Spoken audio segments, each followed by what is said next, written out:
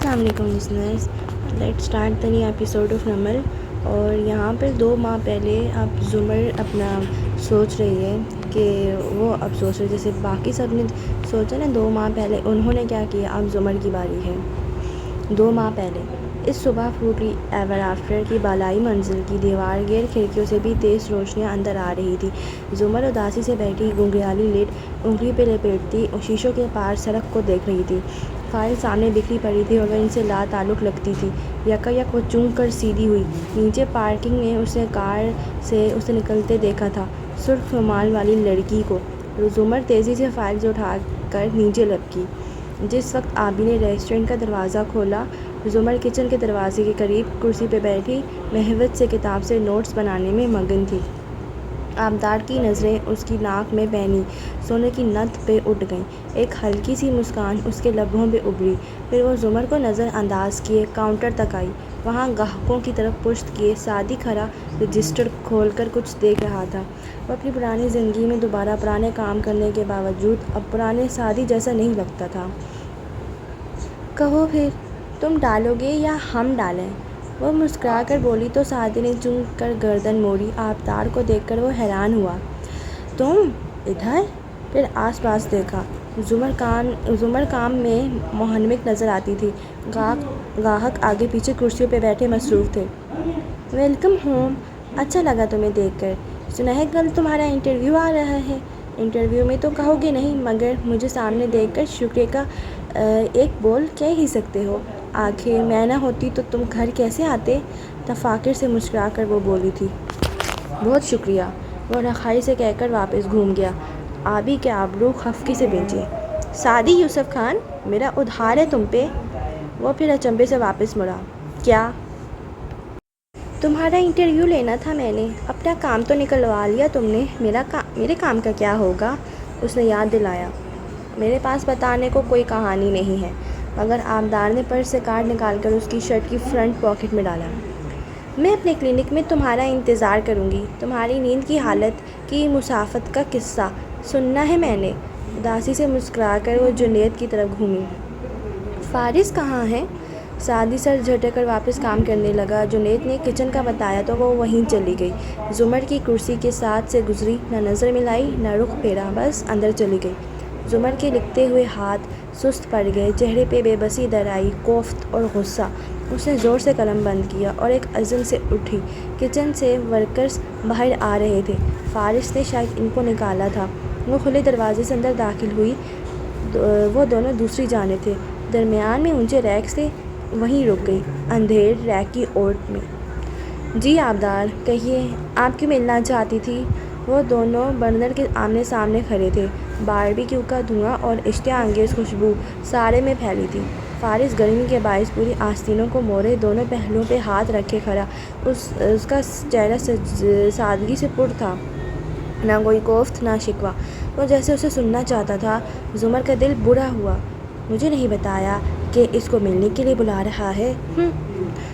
بابا نے ایک کام کہا تھا مجھے۔ وہ سینے پہ بازو لپیٹے مسکرا کر آسان سے بولی تھی کہ ہاشم کو مناؤں، وہ کیس کے لیے راضی ہو جائے۔ کس کیس کے لیے؟ وہ اچنبھے سے بولا۔ زمر کا دل زور سے دھڑکنے لگا۔ اسے اس پہ بھروسہ تھا، مگر پھر بھی وہ سب بتا چکی تھی۔ پھر بھی سعدی یوسف بنام نوشیروان کردار واٹ ایور، اور میں نے اپنے آپ کو بہت خطرے میں ڈال کر ہاشم سے کہا کہ میں اس سے شادی کر لوں گی اگر وہ خود کو بے گناہ ثابت کر دے عدالت میں، اور اس گنج سے ہمیشہ کے لیے نکل آئے۔ آپ کے لیے، آپ کے خاندان کے لیے میں نے یہ رسک مول لیا۔ ابھی تو آپ نے کہا کہ آپ اپنے بابا کے کہنے پر کر رہی تھیں، وہ سادگی سے پوچھ رہا تھا۔ آبی لمحے بھر کو چپ ہوئی۔ انہوں نے کہا تھا، مگر کیا تو میں نے آپ کے لیے۔ اس کی کیا ضرورت تھی؟ میں نے تو نہیں کہا تھا آپ نہ کرتی۔ خیر تھی۔ فارس نے شانے اچکائے۔ میں تو ویسے ہی عدالت وغیرہ کے چکر کے خلاف ہوں، یوں ہی آپ نے اپنا وقت ضائع کیا۔ آبدار پھر سے لاجواب ہوئی۔ بہرحال وہ نہیں مانا۔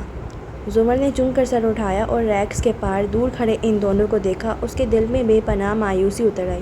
یعنی ہاشم نہیں مانا، وہ اس کیس کو لٹکاتا جائے گا۔ اچھی بات ہے، ملک و قوم کا بہت سا پیسہ بچ گیا۔ یہی بتانے آئی تھی آپ؟ فارس غازی پہ تو جیسے کوئی اثر ہی نہیں ہوا تھا۔ آبدار نے گہری سانس لی۔ فارس، یہ بات زمر نے کہی تھی بابا سے۔ وہ چونکا۔ کیا بات؟ آبدار کی رکی سانس بحال ہوئی، ہمت بھری۔ یہی کہ اگر میں راضی کر لوں ہاشم کو تو وہ آپ کو چھوڑ دیں گی، میرے لیے۔ آخری دو الفاظ نے ایک دم چھناکے سے جیسے بہت سا بھرم اور لحاظ توڑ دیا تھا۔ فارس غازی لاجواب ہو گیا۔ یہ پہلی دفعہ تھا جب وہ اپنے منہ سے کچھ کہہ رہی تھی۔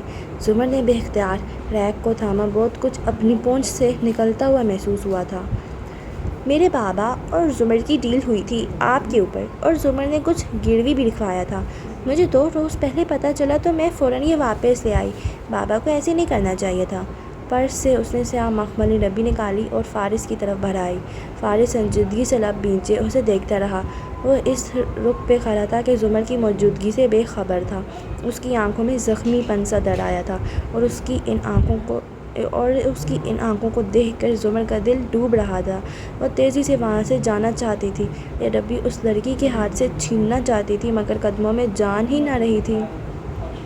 آپ یہ زمر کو واپس دے دیں، یہ ان کی ہے، انہی کی رہنی چاہیے، اس نے فارس کی آنکھوں میں تکتے بنا پلک جھپکے ڈبی بھرا کر کہا۔ فارس نے آہستہ سے ڈبی اس کے ہاتھ سے اٹھائی، پھر کھولی۔ اندر رکھا ہیرا زمانوں کی داستانیں خود میں سموئے جگمگا رہا تھا۔ اس نے 2 انگلیوں سے وہ ہیرا نکال کر دیکھا۔ بدلتی روشنی میں وہ مزید خوبصورت لگنے لگا تھا۔ آپ کو برا تو لگا ہوگا، مجھے بھی لگا، معذرت کے ساتھ، مگر مسز زمر کو یوں نہیں کرنا چاہیے تھا۔ وہ معصومیت سے افسوس کر رہی تھی۔ اسے یہ نہیں کرنا چاہیے تھا۔ وہ 2 انگلیوں میں لونگ پکڑے دھیما سا بولا تھا۔ آئی ایم سوری، مجھے آپ کو دکھانا ہی نہیں چاہیے تھا۔ میں نے آپ کا دل دکھایا ہے شاید وہ اس کی آنکھوں پہ نظریں جمائے کہہ رہی تھی۔ شاید مسز زمر نے آپ کا دل دکھایا۔ آپ برا محسوس نہ کریں، ہر شخص میں قربانی دینے کا جذبہ نہیں ہوتا۔ وہ آپ کے لیے وہ سب کبھی نہیں کریں گی جو قربانی دینے والے کرتے ہیں۔ اندھیر ریک کے اوٹ میں کھڑی زمر نے بے اختیار کنپٹی مس لی۔ سر میں درد ہونے لگا تھا۔ نہیں، میرا دل نہیں دکھا۔ اس نے گہری سانس لے کر آبدار کو دیکھا۔ آبی کی آنکھوں میں تحیر سمیٹ آیا۔ زمر نے بے اختیار ریک زور سے تھاما۔ اس نے آپ کا تحفہ یوں کسی کو دے دیا، آپ کا دل نہیں دکھا؟ یہ تو ایک چیز ہے، چیزوں کا کیا ہوتا ہے، آتی جاتی رہتی ہیں۔ وہ 2 انگلیوں میں مسل کر اسے دیکھ رہا تھا۔ میں یا زمر چیزوں کے پیچھے نہیں بھاگتے۔ یہ کہنے کے ساتھ وہ دائیں جانب گھوما، برنر کا بٹن گھمایا، آگ کے شعلے بلند ہوئے تو اس نے ہیرے کی لونگ آگ میں ڈال دی۔ آبدار کا منہ کھل گیا۔ یہ آپ نے کیا کیا؟ یہ تو آپ کو بہت عزیز تھی، آپ نے خود مجھے بتایا تھا جب ہم کولمبو جا رہے تھے۔ بے اختیار منہ سے پھسلا۔ یہ تو ایک پتھر ہے اور مجھے یہ عزیز نہیں ہے، میں اسے پہلے بھی ایک دفعہ پھینک چکا ہوں، مجھے وہ عزیز ہے جس کو میں نے یہ دیا تھا۔ وہ سنجیدگی سے اس کی آنکھوں میں دیکھ کر کہہ رہا تھا، الفاظ میں گویا کاٹ سی تھی۔ آبدار کے گال سرخ ہوئے، آنکھوں میں برہمی ابھری، حیرت بھری برہمی۔ بات چیز کی نہیں ہے، اس نے آپ کو 3 دن تک گروی رکھا ہے، اس نے مجھے 4 سال تک جیل میں بھی رکھا ہے، میں اس کو 1000 دفعہ معاف کر سکتا ہوں۔ کچن میں کوئلوں کے دہکنے کی بو زور سے محسوس ہوئی تھی۔ آبدار، آپ کو اگر لگتا ہے کہ ایک پتھر کے پیچھے ہم ایک دوسرے سے جھگڑیں گے تو آپ ہم دونوں کو نہیں جانتے۔ ہم نے آگ اور خون کا دریا ایک ساتھ پار کیا ہے، ہم اچھے اور برے وقت کے ساتھی ہیں، موت کے علاوہ ہمیں کوئی چیز ایک دوسرے سے دور نہیں کر سکتی۔ زمر سے مزید نہیں سنا گیا۔ شدت ضبط سے اس نے لبوں پہ ہاتھ رکھ لیا۔ آنکھوں سے آنسو ابل ابل جانے کو بے تاب تھے، مگر وہ ان کو روکے ہوئے تھی۔ آبدار نے آنکھیں جھکا کر اپنی پٹی شدہ کلاہی کو دیکھا، پھر شعلہ بار نگاہیں اس تک اٹھائیں۔ وہ تمہارے لیے یہ کبھی نہیں کرے گی۔ طرز تخاطب بدلا، جذبات بدلے، انداز بدلا۔ وہ کہہ کر رکی نہیں، تیزی سے وہاں سے نکل آئی۔ دروازے تک پہنچ کر اس نے دیکھا زمر وہاں کھڑی تھی۔ وہ رو نہیں رہی تھی، وہ بس سنجیدہ سی کھڑی تھی، آنکھیں ذرا بھیگی ہوئی تھیں۔ آبدار پیر پٹک کر آگے بڑھ گئی۔ وہ برنر کی طرف گھوم چکا تھا۔ بھڑکتے شعلے میں وہ جلتی لونگ کو دیکھ رہا تھا جس کے سونے کی تار پگھل پگھل رہی تھی۔ وہ چھوٹے چھوٹے قدم اٹھاتی اس کے پیچھے آ کھڑی ہوئی، نرمی سے اس کا بازو تھاما۔ وہ چونک کر مڑا، اسے دیکھ کر حیرت ہوئی، فوراً دروازے کو دیکھا۔ میں سمجھا تم اوپر ہو، تم کب آئیں؟ برنر تیزی سے بند کرتے ہوئے وہ بولا۔ وہ واقعی اس کی موجودگی سے بے خبر تھا جب تم اسے کہہ رہی تھی کہ تم مجھ سے محبت کرتے ہو۔ فارس نے گرم چولہے سے ننھا ہیرا اٹھانا چاہا مگر تیز تپش لگی تو جھٹکے سے ہاتھ واپس کھینچا اور انگلی ہونٹوں سے لگائی، پھر چون کر اسے دیکھا۔ ایک منٹ، میں نے ایسا کچھ بھی نہیں کہا۔ تم نے کہا تھا، میں نے سنا ہے، میں نے صرف یہی سنا ہے۔ اپنے کانوں کا علاج کرواؤ۔ وہ خفگی سے بازو چڑھا کر اب کپڑے سے لونگ چولہے سے اتار رہا تھا۔ میں نے خود سنا ہے، تم بار بار یہی الفاظ دہرا رہے تھے، مجھے ہر لفظ ایسے ہی لگ رہا تھا۔ آنسو اب اس کی آنکھوں کو بھگونے لگے تھے۔ میں تمہیں ڈیزرو نہیں کرتی، میں بہت بری ہوں فارس۔ میرا بھی یہی خیال ہے۔ وہ ابھی تک خفا تھا، وہ روتے روتے ہنس دی، پھر ہتھیلی کی پشت سے آنسو پونچھے۔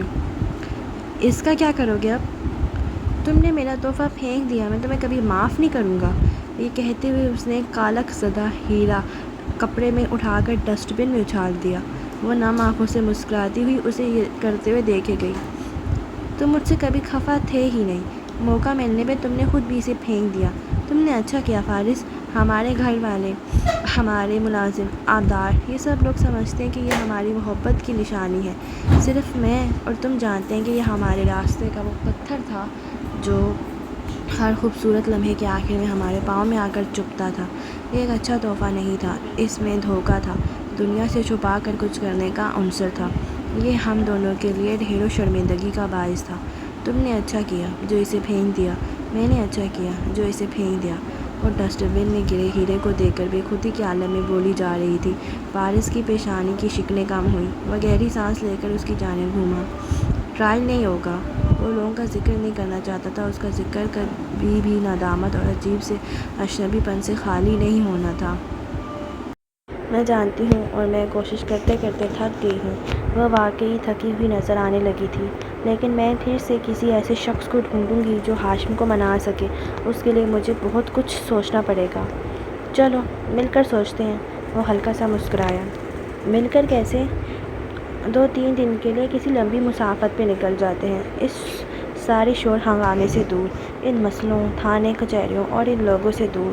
تم تھک گئی ہو، کچھ دن آرام کرو گی تو دماغ سے ساری آلودگی چھٹ جائے گی۔ جو تم کہو۔ وہ سوتے ہوئے چہرے کے ساتھ مسکرا کر بولی تھی۔ مگر یاد رکھنا، میں نے تمہیں معاف نہیں کیا۔ وہ انگلی اٹھا کر تنبیہ کرتے ہوئے بولا تھا۔ وہ دھیرے سے ہنس دی۔ تمہاری معافی کی پرواہ ہے کسے؟ تم تو شکر کیا کرو کہ میں نے تمہیں معاف کر کے تم سے شادی کر لی، ورنہ تم جیسے 2 نمبر آدمی کو میں ڈیزرو نہیں کرتی تھی۔ مجھے ایک کورٹ رپورٹ کو ساتھ لے کر گھومنا چاہیے جو تمہاری ہر بات ساتھ ساتھ لکھ کر ریکارڈ کرتا جائے۔ تم وکیلوں کا کیا بھروسہ، جب چاہو مکر جاتے ہو۔ وہ جل کر بولا تھا۔ وہ جواب میں چمک کر کچھ کہہ رہی تھی مگر آوازیں مدھم ہو رہی تھیں، گویا دور کسی کنویں سے آ رہی ہوں۔ ڈسٹ بن میں گری لونگ کا ہیرے کا مالک کے باوجود گویا دور کسی کنویں سے آ رہی ہوں۔ ڈسٹ بن میں گری لونگ کا ہیرا کالک کے باوجود مدھم سا جگمگا رہا تھا۔ آج 21 مئی سے چند دن پیچھے آئیں your owner.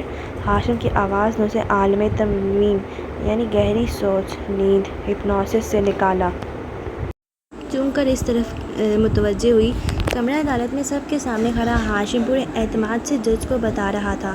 Your owner, Sonia Kardar کی سالگرہ کے موقع پہ سعدی یوسف کو کاردار خاندان نے مدعو نہیں کیا۔ ہمارے تعلقات اب پہلے جیسے نہیں رہے تھے، لیکن جب کورٹ میں مجھے مسز زمر ملی، زمر نے ماتھے پہ ہاتھ لے جا کر اس کی سچائی کو سلام کیا، تو ان کی درخواست پہ میں نے سعدی یوسف اور زمر کے لیے کارڈ بھجوا دیے۔ ہم نے سوچا یور آنر کہ شاید اب یہ نوجوان توبہ طائب ہو چکا ہو، مگر یہ ہماری کام خیالی تھی۔ عین پارٹی کے وقت جب میں باہر مہمانوں میں تھا، سعدی یوسف میرے کمرے میں آیا اور میرا لاکر کھولنا چاہا۔ پاسورڈ بدل چکا تھا، وہ اسے تو نہ کھول سکا، مگر میرے دراز میں رکھا میری بیٹی کا نیکلیس جو اسے میری ماں نے سالگرہ کے تحفے کے طور پہ دیا تھا اور جو اس نے میرے دراز میں ڈال دیا۔ بچوں کی لاپرواہی، سعدی یوسف نے وہ نکال لیا اور یور آنر اس کے میرے کمرے سے چوروں کی طرح نکلنے کی پوری فوٹیج موجود ہے ہمارے پاس۔ جب وہ باہر آیا تو نوشیروان نے اس سے باز پرس کی، جس پہ دونوں کی تلخ کلامی ہوئی۔ سعدی کو ایک دم جانے کی جلدی ہو گئی۔ جب وہ اپنے گھر والوں کے ساتھ ایگزٹ تک آیا تو گارڈ نے ایکس رے کے الارم کے باعث اس کو روک کر تلاشی لینا چاہی، جس پہ زمر یوسف نے ہنگامہ کھڑا کر دیا۔ میں اس وقت صورتحال سے ناواقف تھا۔ یہ سب دیکھ کر میں نے گارڈز کو جھڑکا اور سعدی کو جانے دیا۔ چند دن بعد جب ہم ایک شادی کی تقریب میں اس سے ملے تو میں نے اسے کہا کہ وہ یہ نیکلس واپس کر دے، وہ میری بیٹی کو بہت عزیز ہے۔ مگر سعدی یوسف نے نہ صرف انکار کیا بلکہ مجھے بے عزت بھی کیا۔ اس دن کے بعد میں نے سعدی یوسف کی شکل صرف اخبارات اور ٹی وی پہ دیکھی۔ اگلے 8-9 ماہ تک ہم نے اس کو نہ دیکھا نہ اس سے ملے۔ یہ فرعون کے دربار والی کہانی مجھے انتہائی افسوس سے کہنا پڑ رہا ہے کہ من غلط ہے۔ سعدی یوسف 21 مئی کو ہمارے آفس نہیں آیا تھا۔ یور آنر، ہماری بلڈنگ کے لاگ بک، انٹری ڈیٹا، سی سی ٹی وی فوٹیج سب ہم عدالت میں جمع کرا چکے ہیں۔ استغاثہ کے پاس بھی ایک گواہ یا ثبوت نہیں ہے جو ثابت کرے کہ ہم نے اس روز سعدی سے ملاقات کی تھی یا شیرو اور سعدی کا کوئی جھگڑا ہوا تھا۔ یور آنر، ہم نے تو اتنا عرصہ صرف یوسف کی مدد کی، ہر مشکل میں ان کے ساتھ کھڑے رہے، فارس غازی کو جیل سے نکلوانے میں کتنا ساتھ دیا ان کا، یہ جانتے ہیں۔ جی بالکل، وجہ فرمایا۔ گال پہ ہتھیلی جمائے بیزاری سے سنتے ہوئے زمر بولی تھی۔ یور آنر، ہمارے لیے ان کا ایک دم ہمارے خلاف اٹھانا شدید دکھ اور صدمے کا باعث ہے۔ فارس غازی نے ہماری انیکسی ہمیں ہی فروخت کی، مارکیٹ سے 3 گنا زیادہ قیمت پر۔ شاید وہ رقم بھی کافی نہیں تھی جو اب یہ ایک ایسا کیس کر رہے ہیں جس کے درمیان میں ان کو لگتا ہے ہم لوگ ان کو منہ بند کرنے کے لیے ایک حتمی رقم دیں گے، مگر ایسا نہیں ہوگا۔ یور آنر، نوشیروہ کاردار ایک معصوم اور بے گناہ لڑکا ہے۔ اس کی عزت، اس کی نیک نامی، اس کی کریڈیبلٹی، ہر شے کو اس الزام نے ٹھیس پہنچانا چاہی۔ میری معزز عدالت سے استدعا ہے کہ نوشیروہ کاردار کو نہ صرف باعزت بری کیا جائے بلکہ سعدی یوسف کی ملک دشمنی سرگرمیوں کا بھی نوٹس دیا جائے۔ یہ 8 ماہ کہاں تھا اور کون سے جرائم پہ پردہ ڈالنے کے لیے الزام ہمارے سر تھوپ رہا ہے؟ اس سب کی تحقیقات ہونی چاہیے اور یہ کام جلد سے جلد ہونا چاہیے، کیونکہ میرا خاندان، میرے دوست، میرا کاروبار، ہماری ساکھ، ہمارے رشتے، ہر چیز اور ہر شخص کو اس بے بنیاد الزام نے شدید دھچکا لگا ہے۔ ہمیں ہمارے امیر ہونے کی برسوں کی محنت کے بعد حلال رزق سے یہ امپائر کھڑی کرنے کی، اپنا پیٹ کاٹ کر خون پسینہ اس کمپنی کے لیے لگا کر اس کو اس مقام تک پہنچنے کی سزا دی جا رہی ہے۔ یور آنر، میں معزز عدالت سے درخواست کروں گا کہ وہ تمام گواہوں اور ثبوتوں کو اچھی طرح پرکھ کر انصاف کے عین تقاضے پورے کر کے فیصلے سنائے، اور عدالت جو بھی فیصلہ سنائے گی ہمیں وہ قبول ہوگا۔ Thank you your honour. سر کو خم دے کر وہ واپس اپنی کرسی تک آیا۔ جواہرات اب مطمئن سی مسکرا رہی تھی اور زمر، سعدی، حنین، ہاشم کو بھوکے شیروں والی نظروں سے گھور رہے تھے۔ ایسے میں صرف نوشیروہ تھا جس کی آنکھیں گلابی پڑ رہی تھی اور وہ ایک نقطے پہ پتلیاں ساخت کیے بنا پلک جھپکے بے حس و حرکت بیٹھا تھا۔ جج صاحب کہہ رہے تھے، مگر نوشیروہ کا دماغ اس کی نگاہوں کی طرح ایک ہی نقطے پر آ کر جم گیا تھا، گویا برف کا کوئی پودا ہو جس کی تہ در تہ برف میں یادیں اور قصے ثبت ہو کر امر ہو گئے ہوں۔ ٹھنڈے، یخ 2 ماہ پہلے برف کی موٹی موٹی ڈلیاں مشروب کے گلاس کی سطح پہ تیر رہی تھی جب بارٹینڈر نے کاؤنٹر پہ وہ گلاس اس کی جانب دھکیلا۔ اونچے اسٹول پہ بیٹھے شیرو نے اسے اپنی طرف کیا اور اندر ذرا سا اسٹرا ہلایا، ساتھ ہی وہ موبائل چیک کر رہا تھا۔ تمہاری اینکل اسٹرپ کہاں ہے شیرو؟ 2 نوجوان وہیں قریب میں آ کھڑے ہوئے تھے۔ ایک نے اونچی سی آواز کسی، دوسرا ہنسا۔ امریکہ میں اس طرح اگر کسی کو ضمانت پہ رہا کیا جائے اور ہاؤس اریسٹ کر دیا جائے تو اس کے ٹخنے پہ ایک پٹا باندھا جاتا ہے جو اس کی پوزیشن کو مانیٹر کرتا رہتا ہے۔ نوشیروہ نے چہرہ اٹھا کر تندئی سے ان دونوں کو دیکھا۔ تمہارے باپ کو جب نیب والے پکڑ کر لے گئے تھے تو میری اسٹریپ ادھار میں ساتھ لے گئے تھے۔ دوسرا نوجوان پھر سے ہنسا، مگر پہلے نے آبرو جھکائے۔ میں تو مزاح کر رہا تھا، یہ جیل جانا، عدالتوں سے گزرنا، یہ تو شان کی باتیں ہوتی ہیں۔ آگے بڑھ کر اس نے شیرو کا کندھا زور سے تھپکا۔ شیرو نے کندھا جھٹکا اور موبائل کی اسکرین کی طرف متوجہ ہو گیا۔ اور پھر یہ تبھی تھا جب سارے میں ایک شناسا سی آواز گونجنے لگی۔ کسی ڈراؤنے خواب کی سی کیفیت میں اس نے سر اٹھایا۔ کسی نے لاؤنج کی دیوار پہ لگی وہ پورے انسان کے سائز کی LED کی آواز تیز کر دی تھی۔ مدھم بتیوں کے باعث سارے میں نیم اندھیرا سا تھا اور اسکرین کسی سینما کا ماحول پیش کر رہی تھی۔ نوشیروہ کی نگاہیں وہاں جا کر ٹھہری تو واپس پلٹنا بھول گئیں۔ معروف اینکر کے سامنے صوفے پہ پیچھے کو ہو کر بیٹھا وہ ویران مگر سنجیدہ چہرے والا لڑکا ٹھہرے ہوئے مگر مضبوط لہجے میں وہ کتھا بیان کر رہا تھا۔ میں اسے وہاں زیر تعمیر گھر میں دیکھ کر حیران ہوا تھا۔ اور پھر اس نے آپ کو گولی ماری؟ آگے ہو کر بیٹھا اینکر تعصب اور ہمدردی سے پوچھ رہا تھا۔ سلور گرے ڈریس شرٹ میں ملبوس شادی کے بال ذرا بڑے ہو گئے تھے، گھگریالے بل اب نظر آنے لگے تھے۔ ان کو جل لگا کر اس نے پیچھے کو جما رکھا تھا، بھوری آنکھوں میں یہ سنتے ہی گہرا درد آ بسا۔ آہستہ سے اسبات میں سر ہلایا، کوہنی صوفے کے ہاتھ پہ جمائے وہ دونوں ہاتھوں کی انگلیاں باہم مسل رہا تھا۔ میں نے اسے کہا کہ وہ یہ نہ کرے۔ نہیں، میں نے اس کی منت نہیں کی، مگر میں نے کہا کہ وہ اپنے بھائی جیسا نہیں ہے۔ نیم روشن لاؤنج میں لڑکے لڑکیاں گلاس چھوڑ کر سننے لگے تھے۔ موسیقی بند ہو گئی تھی، پلیٹوں میں چلتے چمچ کانٹے رک گئے تھے، دم ساتھ کر گویا اسے سنا جا رہا تھا جو بڑی اسکرین پہ اتنا بڑا سا لگ رہا تھا، خود زندگی سے بھی بڑا۔ میں نے اسے کہا کہ میں جانتا ہوں وہ یہ نہیں کرنا چاہتا، میں جانتا ہوں وہ اندر سے ایک اچھا انسان ہے۔ اور پھر میں نے وہی کہا جو حابیل نے قابیل سے کہا تھا، اگر تم مجھے قتل کرنا چاہو تب بھی میں تم پہ ہاتھ نہیں اٹھاؤں گا، کیونکہ وہ میرا مسلمان بھائی تھا۔ مجھے آخری لمحے تک یقین نہ تھا کہ وہ مجھ پہ گولی چلا سکتا ہے۔ وہ ہائی تھا، یعنی نشے میں تھا، اس کے ہاتھوں میں لرزش تھی، مجھے اس پہ ترس بھی آ رہا تھا، مگر مجھے یقین تھا کہ وہ میرے اوپر گولی نہیں چلائے گا۔ میں نے اس کی جان بچائی تھی۔ مجھے لگا وہ کبھی نہیں بھول سکے گا کہ جب وہ ڈرگس کی زیادتی کے باعث مر رہا تھا تو میں اسے ہسپتال لے کر گیا تھا۔ مجھے لگا وہ یاد رکھے گا کہ کبھی ہم دوست تھے، مگر نوشیروان کاردار نے کچھ یاد نہیں رکھا۔ میں ان آخری لمحوں میں اسے شیرو کہہ کر پکار رہا تھا، اور پھر اس نے مجھے 3 گولیاں ماری اور کہا کہ میرا نام نوشیروان ہے۔ شو کے سیٹ پہ چند لمحے کی خاموشی چھا گئی، گویا سانسیں تک رک گئی ہوں۔ گولی کھانے کے بعد کیا ہوا؟ آئی نو یہ آپ کے لیے تکلیف دہ ہے، مگر میں چاہتا ہوں کہ ملک بھر میں بلکہ دنیا بھر میں جہاں جہاں بھی بی این نیوز کی نشریات جا رہی تھی اور لوگ آپ کو دیکھ رہے ہیں، ان کو معلوم ہونا چاہیے کہ حقیقت کیا ہے۔ سعدی نے گہری سانس لی۔ مجھے 3 گولیاں ماری اس نے، پیٹ میں، کندھے میں، ٹانگ پہ۔ میں نیچے گر گیا زمین پہ۔ مجھے لگا اب وہ بھاگ جائے گا، مگر وہ نہیں بھاگا۔ میں اب تک بے یقین تھا، شوق میں تھا۔ پھر وہ میری طرف آیا، شاید مجھے لگا کہ اب یہ مجھے اٹھائے گا۔ وہ میرا دوست تھا، وہ میرا اچھا دوست رہا تھا، مگر اس نے مجھے بوٹ سے ٹھوکر ماری۔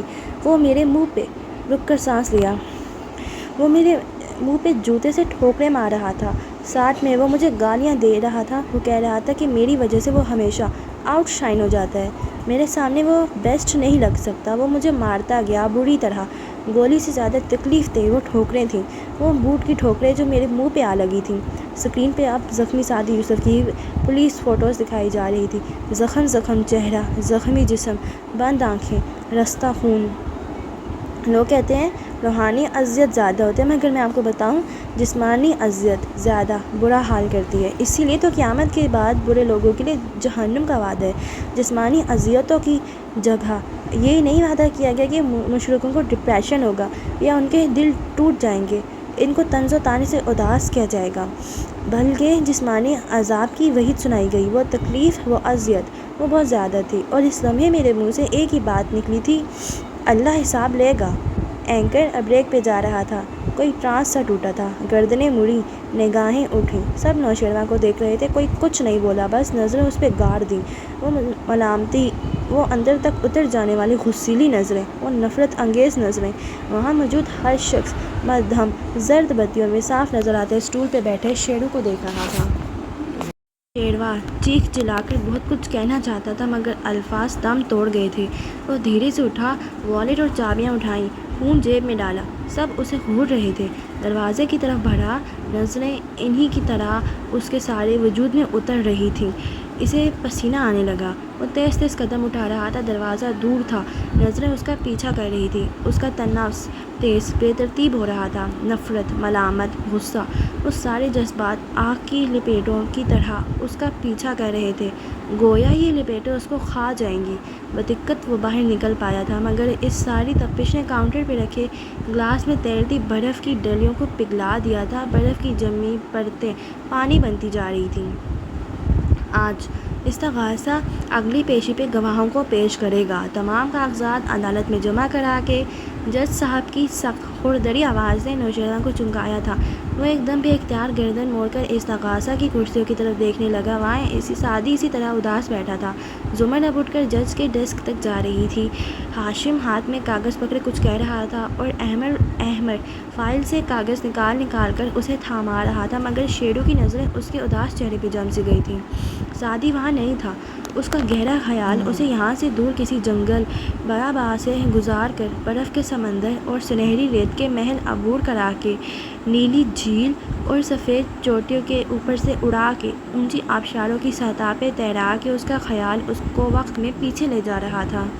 2 ماہ پہلے مور چال کی دیواروں سے چمٹی سبز بیلیں اداس اور ویران لگتی تھی۔ زمر اپنے کمرے میں کھڑی تھی۔ بیڈ پہ سفری بیگ کھلا تھا اور وہ اس میں کپڑے طے کر کے ڈالی جا رہی تھی۔ انداز سے شدید اکتائی ہوئی لگتی تھی۔ دفتر سر کو اٹھا کر کونے میں کھڑے خفا اور برہم سعدی کو دیکھا۔ میں نے یہ تمہارے لیے نہیں کیا، 10ویں دفعہ بتا رہی ہوں۔ آپ نے ایسا سوچا بھی کیسے؟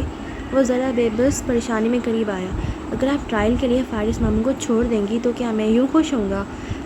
میں ان ٹپیکل عورتوں میں سے نہیں ہوں جو ہر دوسرے دن کسی ٹی وی ڈرامے میں شوہر کو قربانی کر رہی ہوتی ہیں۔ میں تو صرف سر جھٹکا اور بیگ کی زپ بلکہ میں صرف کوشش کر رہی تھی، مگر بہرحال اب کوئی ٹرائل نہیں ہوگا، کیس فائلوں میں دب جائے گا، اس لیے میں کچھ دن کے لیے یہاں سے جا رہی ہوں، پلیز مجھے مت روکنا۔ وہ خفگی سے اسے دیکھتا رہا۔ آپ جا رہی ہیں اور چاہتی ہیں میں آپ کو نہ روکوں؟ پھر گہری سانس لی۔ آپ نے سوچا بھی کیسے کہ میں آپ کو روکوں گا؟ کب سے لگنے لگا میں آپ کو اتنا خود غرض؟ کیا میں آپ کو سکون سے چند دن گزارنے نہیں دوں گا؟ نہیں چاہیے مجھے ایسا ٹرائل جس کے لیے مجھے آپ دونوں کی قربانی دینی پڑے۔ زمر کے لبوں پہ اداس مسکراہٹ بکھری۔ مگر مجھے تو چاہیے تھا نا۔ خیر، جب میں واپس آؤں گی تو ہم مل کر کچھ حل نکالیں گے، اور پھر کوئی کیس نہیں لڑ رہے ہم۔ کم از کم آپ کے واپس آنے تک میں اس موضوع پہ کوئی بات نہیں کرنا چاہتا۔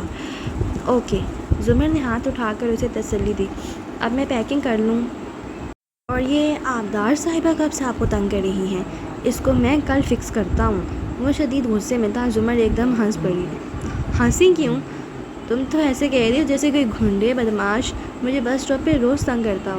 ارے یار، وہ ایک اچھی لڑکی ہے اور اس کو تمہارے 2 نمبر ماموں اچھے لگتے ہیں۔ ظاہر ہے کوئی ہمت بڑھائی ہوگی ان صاحب نے جو بات یہاں تک پہنچی۔ نہ چاہتے ہوئے بھی آخر میں لہجہ ذرا جل گیا تھا۔ سعدی کے ماتھے کے بل ڈھیلے پڑے، ذرا سا مسکرایا۔ ایک وقت تھا وہ آپ کو زہر لگتے تھے، شاید اب بھی نہیں لگتا، زہر ہی ہے۔ سر جھٹک کر وہ پرس میں چیزیں ڈالنے لگی، پھر اس کی نگاہوں کا ارتکاز محسوس کر کے چہرہ اٹھایا۔ وہ مسکرا کر اسے دیکھ رہا تھا۔ کیا؟ کچھ نہیں، ہنس کر سر جھٹکا۔ آپ آرام سے جائیں، اب ہم کسی ٹرائل کا نہیں سوچیں گے۔ زمر سے چند لمحے تک دیکھے گئی، جیسے کنفیوز ہو، پھر امید بندھی۔ تم سچ کہہ رہے ہو نا؟ میرا مطلب ہے تم ٹھیک ہو نا؟ اب ہو گیا ہوں ٹھیک، آپ کو خوش دیکھ کر ٹھیک ہوں میں، اور وہ جو باتیں گروپ پہ آپ میرے لیے لکھتی ہیں نا، ان کو پڑھ کر مزید ٹھیک ہو گیا ہوں۔ آپ فکر نہ کریں اور آرام سے جائیں۔ وہ مسکرا رہا تھا اور تسلی بھی دے رہا تھا۔ زمر کا دل جیسے ہلکا سا ہو گیا۔ وہ سکون سے پیکنگ کرنے لگی، پھر باہر سے استری والے کپڑے اٹھانے آئی تو کمرے کے سامنے لاؤنج کے صوفے پہ حنا بیٹھی تھی۔ یقیناً وہ کھلے دروازے کے باعث سب دیکھ اور سن چکی تھی۔ گھر میں اس وقت کوئی اور نہیں تھا، سب سارا خالہ کی طرف گئے تھے۔ ندرت کو بہت گلے تھے ان لوگوں سے۔ اس کو جج مت کریں۔ زمر کو استری اسٹینڈ سے طے شدہ کپڑے اٹھاتے دیکھ کر وہ بے خودی کے عالم میں بولی تھی۔ زمر نے چونک کر اسے دیکھا۔ وہ بیمار ہے آبدار، اس کو جج مت کریں۔ زمر نے جواب میں کچھ نہیں کہا، بس کپڑے اٹھاتی رہی۔ دونوں کے بیچ سعدی کے آنے کے بعد سے ڈر آنے والا تناؤ ایک دم زیادہ محسوس ہونے لگا تھا۔ پھر حنین شکستگی سے بولی، سوری، مجھے یہ نہیں کہنا چاہیے تھا۔ میرا مقام ایسا نہیں ہے کہ میں آپ کو غلط یا صحیح بتا سکوں۔ زمر ایک جھٹکے سے اس کی طرف گھومی، پیر اوپر کر کے بیٹھی اس اداس لڑکی کو سنجیدگی سے دیکھا۔ تم سعدی کی جگہ نہیں لے سکتی حنین، تم سعدی کبھی نہیں بن سکتی۔ جو میرے لیے سعدی ہے وہ تم نہیں ہو سکتی، کبھی بھی۔ حنین ٹک کر اس کا چہرہ دیکھنے لگی۔ دل اتنا زور کا ٹوٹا کہ اسے اپنے کانوں میں کرچیاں بکھرنے کی آواز بھی سنائی دی تھی۔ چند لمحے خاموشی چھائی رہی۔ ہر شخص کا اپنا مقام ہوتا ہے۔ تم سعدی نہیں بن سکتی، نہ تم اس کی طرح ہو، تم حنین ہو، اور جو تم میرے لیے ہو وہ سعدی میرے لیے نہیں بن سکتا۔ اسی طرح فارس، سعدی یا دنیا میں کوئی بھی شخص، خواہ اس سے میں کتنی ہی محبت کروں یا وہ مجھ سے محبت کرے، وہ میرے لیے حنین نہیں ہو سکتا۔ حنین کی جگہ کوئی نہیں لے سکتا۔ خونی رشتوں میں موازنہ اور مقابلہ نہیں کرتے، کر ہی نہیں سکتے۔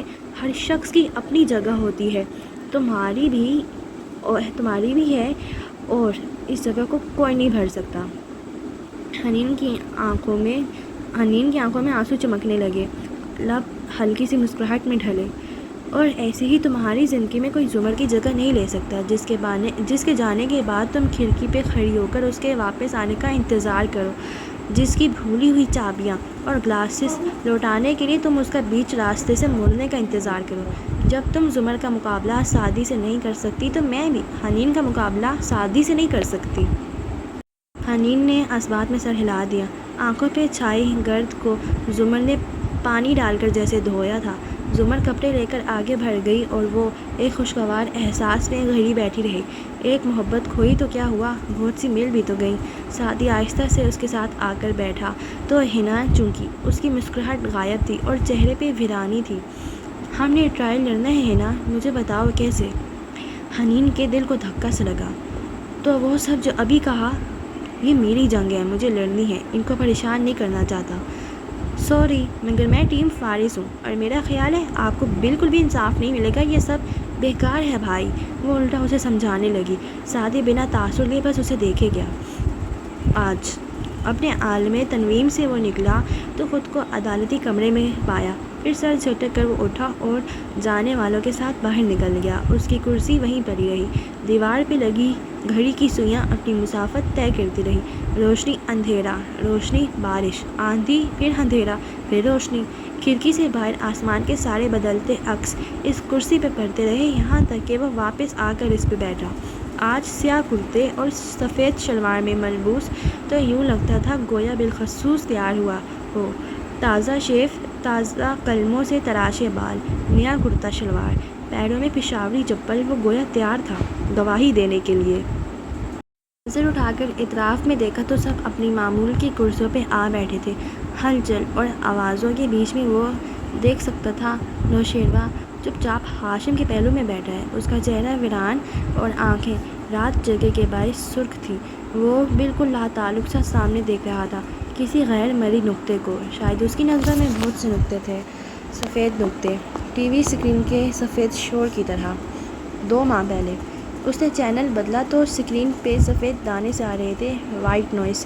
ہاشم نے بے تاثر چہرے کے ساتھ اگلا چینل لگا لیا۔ وہ اس وقت آدھی آستین کی شرٹ اور ٹراؤزر میں بیٹھا، بازو صوفے کی پشت پہ پھیلائے ہوئے اور پاؤں میز پہ رکھے ہوئے تھا۔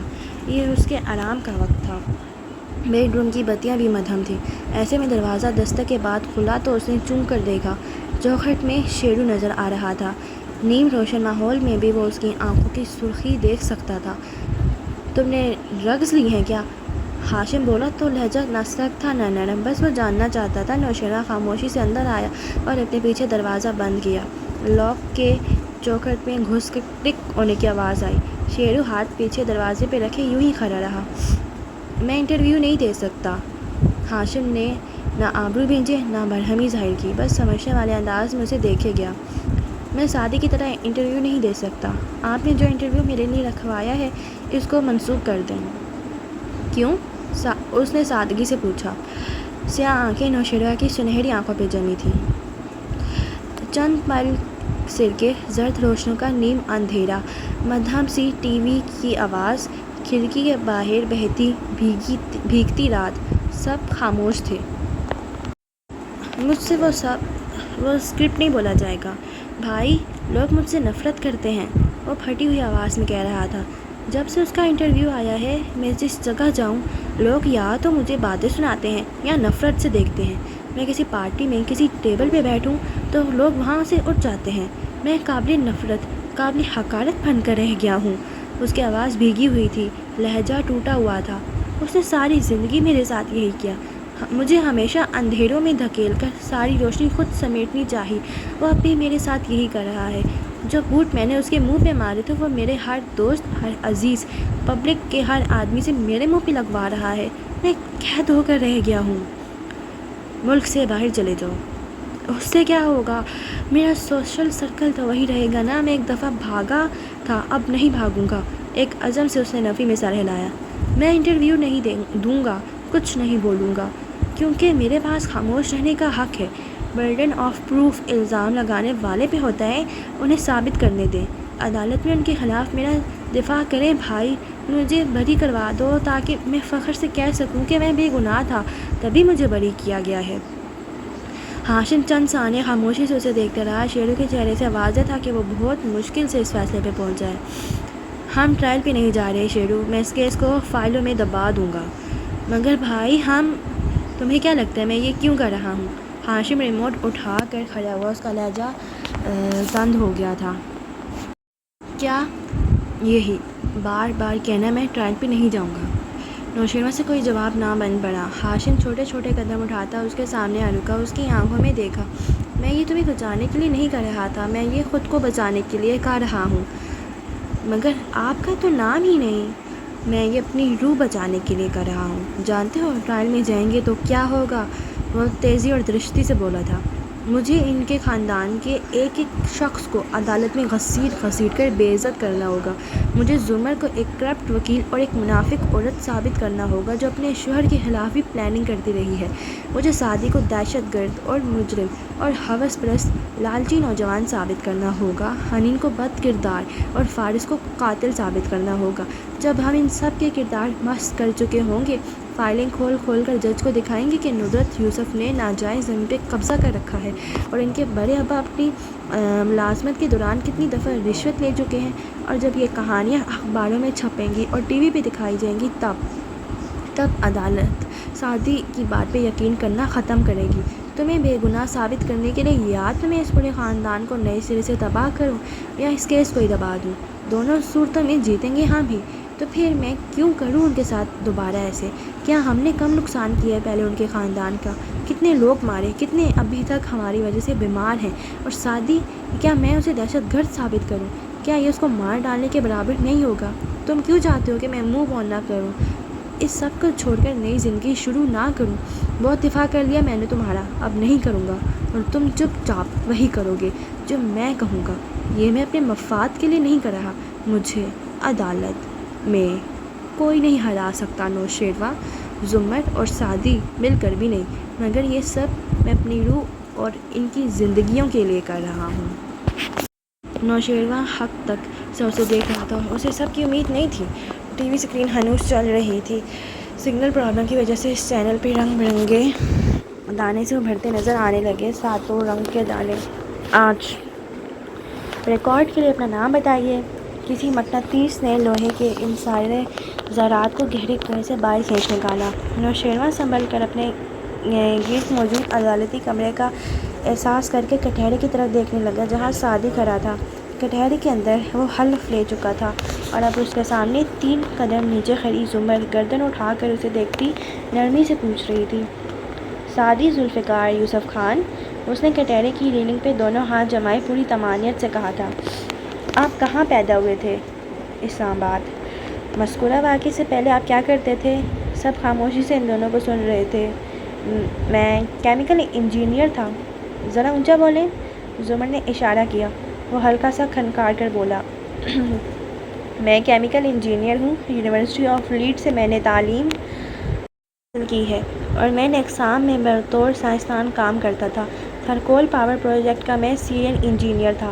سعدی کے چہرے پہ طمانینت تھی، وہ اٹھی گردن اور ٹھنڈی آنکھوں کے ساتھ بتا رہا تھا۔ جج صاحب رک اس کی جانب ترچھا کیے غور سے اسے دیکھ رہے تھے۔ سعدی یوسف، آپ کے والد کیا کرتے تھے؟ زمر دونوں ہاتھ باہم پھنسائے کھڑی پوچھ رہی تھی۔ وہ ایک ٹیچر تھے، میں 13 سال کا تھا جب ان کی ڈیتھ ہوئی۔ اور آپ کی والدہ؟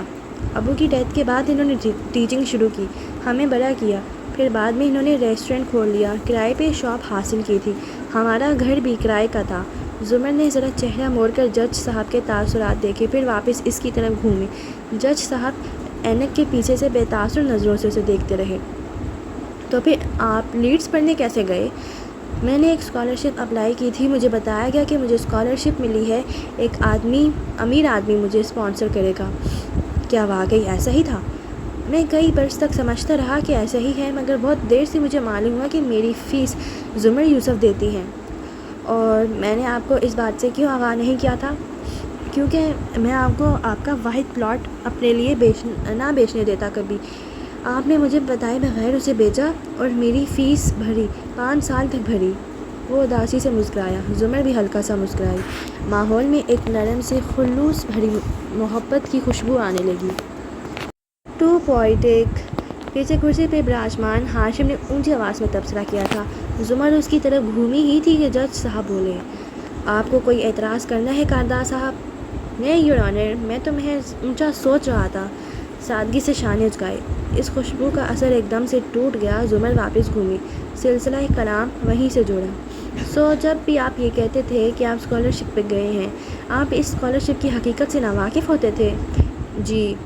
اور جب آپ کو یہ معلوم ہوا تو آپ نے کبھی شو آف نہیں کیا؟ سعدی نے اسمات میں سر ہلایا۔ جہاں تک مجھے یاد ہے ایسا ہی ہے۔ نوشیروان فوراً ہاشم کی طرف گھوما۔ جب میں اس کے ریسٹورنٹ گیا تھا اور ایک بچہ میری کار کے نیچے آتے آتے بچا تھا، تب اس نے بھرے مجمع کے سامنے اسکالرشپ کی بات کی تھی۔ تب تو اس کو پتہ تھا کہ یہ جھوٹ بول رہا ہے۔ وہ جھوٹ نہیں بولے گا، اسے یاد نہیں ہوگا۔ تو آبجیکٹ کرے نا؟ شیرو جھنجھلایا۔ ہاشم نے اسے گھورا، تاکہ ثابت ہو جائے کہ تم اس کے ریسٹورنٹ گئے تھے۔ چپ کر کے بیٹھو۔ شیرو کڑوا سا منہ بنا کر پیچھے ہو گیا۔ دوسری جانب والی کرسی پہ پیچھے آبدار بیٹھی تھی۔ آج اس کی قطار خالی تھی۔ حنین اگلی قطار میں تھی اور فارس نہیں تھا۔ آبدار گود میں رکھے سیل فون کی سیاہ اسکرین پہ بے خیالی میں انگلی پھیر رہی تھی۔ اس کا ذہن منتشر خیالات کی آماجگاہ بنا ہوا تھا۔ سیاہ اسکرین پہ نظریں مائل کیے وہ اس میں جھلملاتا اپنا عکس دیکھنے لگی۔ 2 ماہ پہلے وہ اپنے کلینک میں کرسی پہ بیٹھی اور سامنے رکھے لیپ ٹاپ کی سیاہ بجھی ہوئی اسکرین میں سے اپنا عکس نظر آ رہا تھا۔ وہ کسی گہری سوچ میں گم لگتی تھی۔ اس کے عین پیچھے دیوار گھیر کھڑکی سے سورج کی تیز روشنی کے علاوہ اوپر سے نیچے لٹکتی سبز بیلیں بھی دکھائی دے رہی تھی۔ تبھی دروازہ دھیرے سے کھلا۔ آبدار نے نظریں اٹھائیں، ذرا سا مسکرائی۔ ایک متذبذب مگر سنجیدہ سا سعدی چوکھٹ میں کھڑا تھا۔ آبی اپنی جگہ سے نہیں اٹھی، بس سامنے والی کرسی کی طرف اشارہ کیا۔ کیا آپ اپنے مریضوں کو کاؤچ نہیں پیش کرتی؟ وہ سامنے والی کرسی پہ بیٹھتے ہوئے بولا تھا۔ آپ مریض نہیں ہیں، سبجیکٹ ہیں میرے لیے۔ کچھ پئیں گے؟ انٹرکام پہ ہاتھ رکھے اس نے استفسار کیا۔ صرف بولوں گا۔ کہیے، میں سن رہی ہوں۔ سعدی چند لمحے سر جھکائے اپنے ہاتھوں کو دیکھتا رہا۔ وہ ہلکی سی سفید سویٹر اور جینس میں ملبوس تھا۔ سویٹر کے اندر سے کالر بھی جھلک رہا تھا۔ چہرے سے سوگوار لگتا تھا۔ تمہیں دیکھ کر لگتا ہے جیسے سعدی یوسف کا کوئی گھوسٹ بیٹھا ہے۔ تم وہ شخص نہیں رہے۔ آبدار کو افسوس ہوا۔ کبھی کبھی میں سوچتا ہوں کہ جو لڑکا میں تھا، اگر وہ لڑکا مجھے دیکھے تو کیا کہے گا، کیا سوچے گا؟ وہ ہلکا سا ہنسا۔ کھڑکی سے باہر لان میں ٹہلتے مور درختوں پہ بیٹھے پرندے سوچے گا کہ تمہیں راہ راست پہ لانے کو کون سا لیکچر دیا جائے۔ وہ لڑکا ہر وقت دوسروں کو فکس کرنے والی باتیں سوچتا تھا۔ پھر شرارت سے مسکرا کر آگے ہوئی، کہیں مجھے بھی فکس کرنے تو نہیں آئے؟ سوچا یہی تھا، مگر تم میرے لیے بہن کی طرح ہو میری، اور اس نے کہا تھا کہ تمہیں جج نہ کیا جائے، سو میں یہاں تمہارا شکریہ کرنے آیا ہوں۔ مگر مجھے افسوس ہے، میرے پاس تمہیں بتانے کے لیے کوئی لمبا چوڑا NDE نہیں ہے۔ آبدار حیران ہوئی، مگر تم تو نیئر ڈیتھ سے نکل کر آئے ہو، ہے نا؟ یہ صرف میرے ڈاکٹر کا اندازہ تھا، ورنہ میں گہرے خواب سے نکل کر موت تک نہیں گیا تھا۔ میں پہلے کبھی نہیں بتا سکا، مگر میں اس لیول تک نہیں جا سکا۔ میں نے صرف ایک خواب دیکھا تھا۔ ہاں، وہ توجہ سے سننے لگی۔ کیا خواب؟ یہ کرسی آرام دہ ہے، تم ٹیک لگا کر بیٹھ جاؤ۔ سعدی نے ہلکی سی ٹیک لگا لی، مگر سر پیچھے نہیں لگایا۔ وہ کھڑکی سے باہر نظر آتے موڑ کو دیکھ رہا تھا۔ تم نے کیا دیکھا؟ اسے آبدار کی آواز دور سے سنائی دے رہی تھی۔ نگاہوں کے سامنے بس وہ موڑ تھا، اس کے پیروں کے رنگ تھے۔ میں نے خواب دیکھا تھا، جب میں چھوٹا تھا تو ایک دفعہ ہم لوگ گئے تھے کسی پہاڑی وادی میں، نام یاد نہیں۔ وہاں ایک چشمے پہ بیٹھے ہوئے زمر نے مجھے کہا تھا کہ مور دفتر ٹہلتے ٹہلتے رک گیا، گویا غور سے کسی کو دیکھنے لگا ہو۔ سامنے سے مورنی چلتی آ رہی تھی۔ سفید تھی، برائلر مرغی جیسی سفید، اور واجبی سی، بلکہ بدصورت سی۔ زمر نے کہا تھا کہ زندگی میں چاہے کچھ بھی ہو جائے وہ میری کیپر بنیں گی، میرا خیال رکھیں گی، میری حفاظت کریں گی، مگر کوئی بھی میری حفاظت نہیں کر سکا۔ تم غصہ ہو سب پہ؟ مورنی اب موڑ کے گرد چکر کاٹ رہی تھی، گول گول۔ میں دکھی ہوں، مجھے لگتا ہے جیسے جیسے جیسے یہ سب پھر سے دہرایا جائے گا اور تم اس دفعہ سروائیو نہیں کر پاؤ گے۔ وہ چونک بھی نہیں سکا، اس کی توجہ موڑوں پہ تھی۔ مور کسی راج کمار کی طرح پر پھیلائے اکڑ کر کھڑا تھا اور مورنی اس کے گرد گھومے جا رہی تھی۔ ہاں، مجھے اندر سے یہی خوف لاحق ہے کہ میں پھر سے کسی ٹریجڈی کا شکار ہو جاؤں گا۔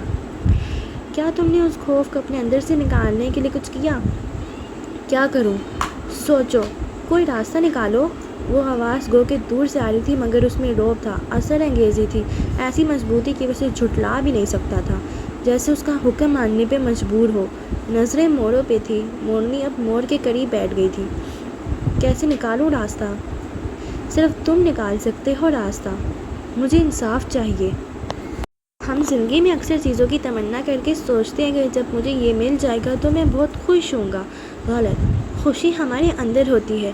اگر کچھ نہ ہو کر بھی ہم خوش ہیں تو کچھ پا کر بھی نہیں ہوں گے۔ ابھی سے ٹھیک ہونے کی مشق کرو گے تو ٹھیک ہو بھی جاؤ گے۔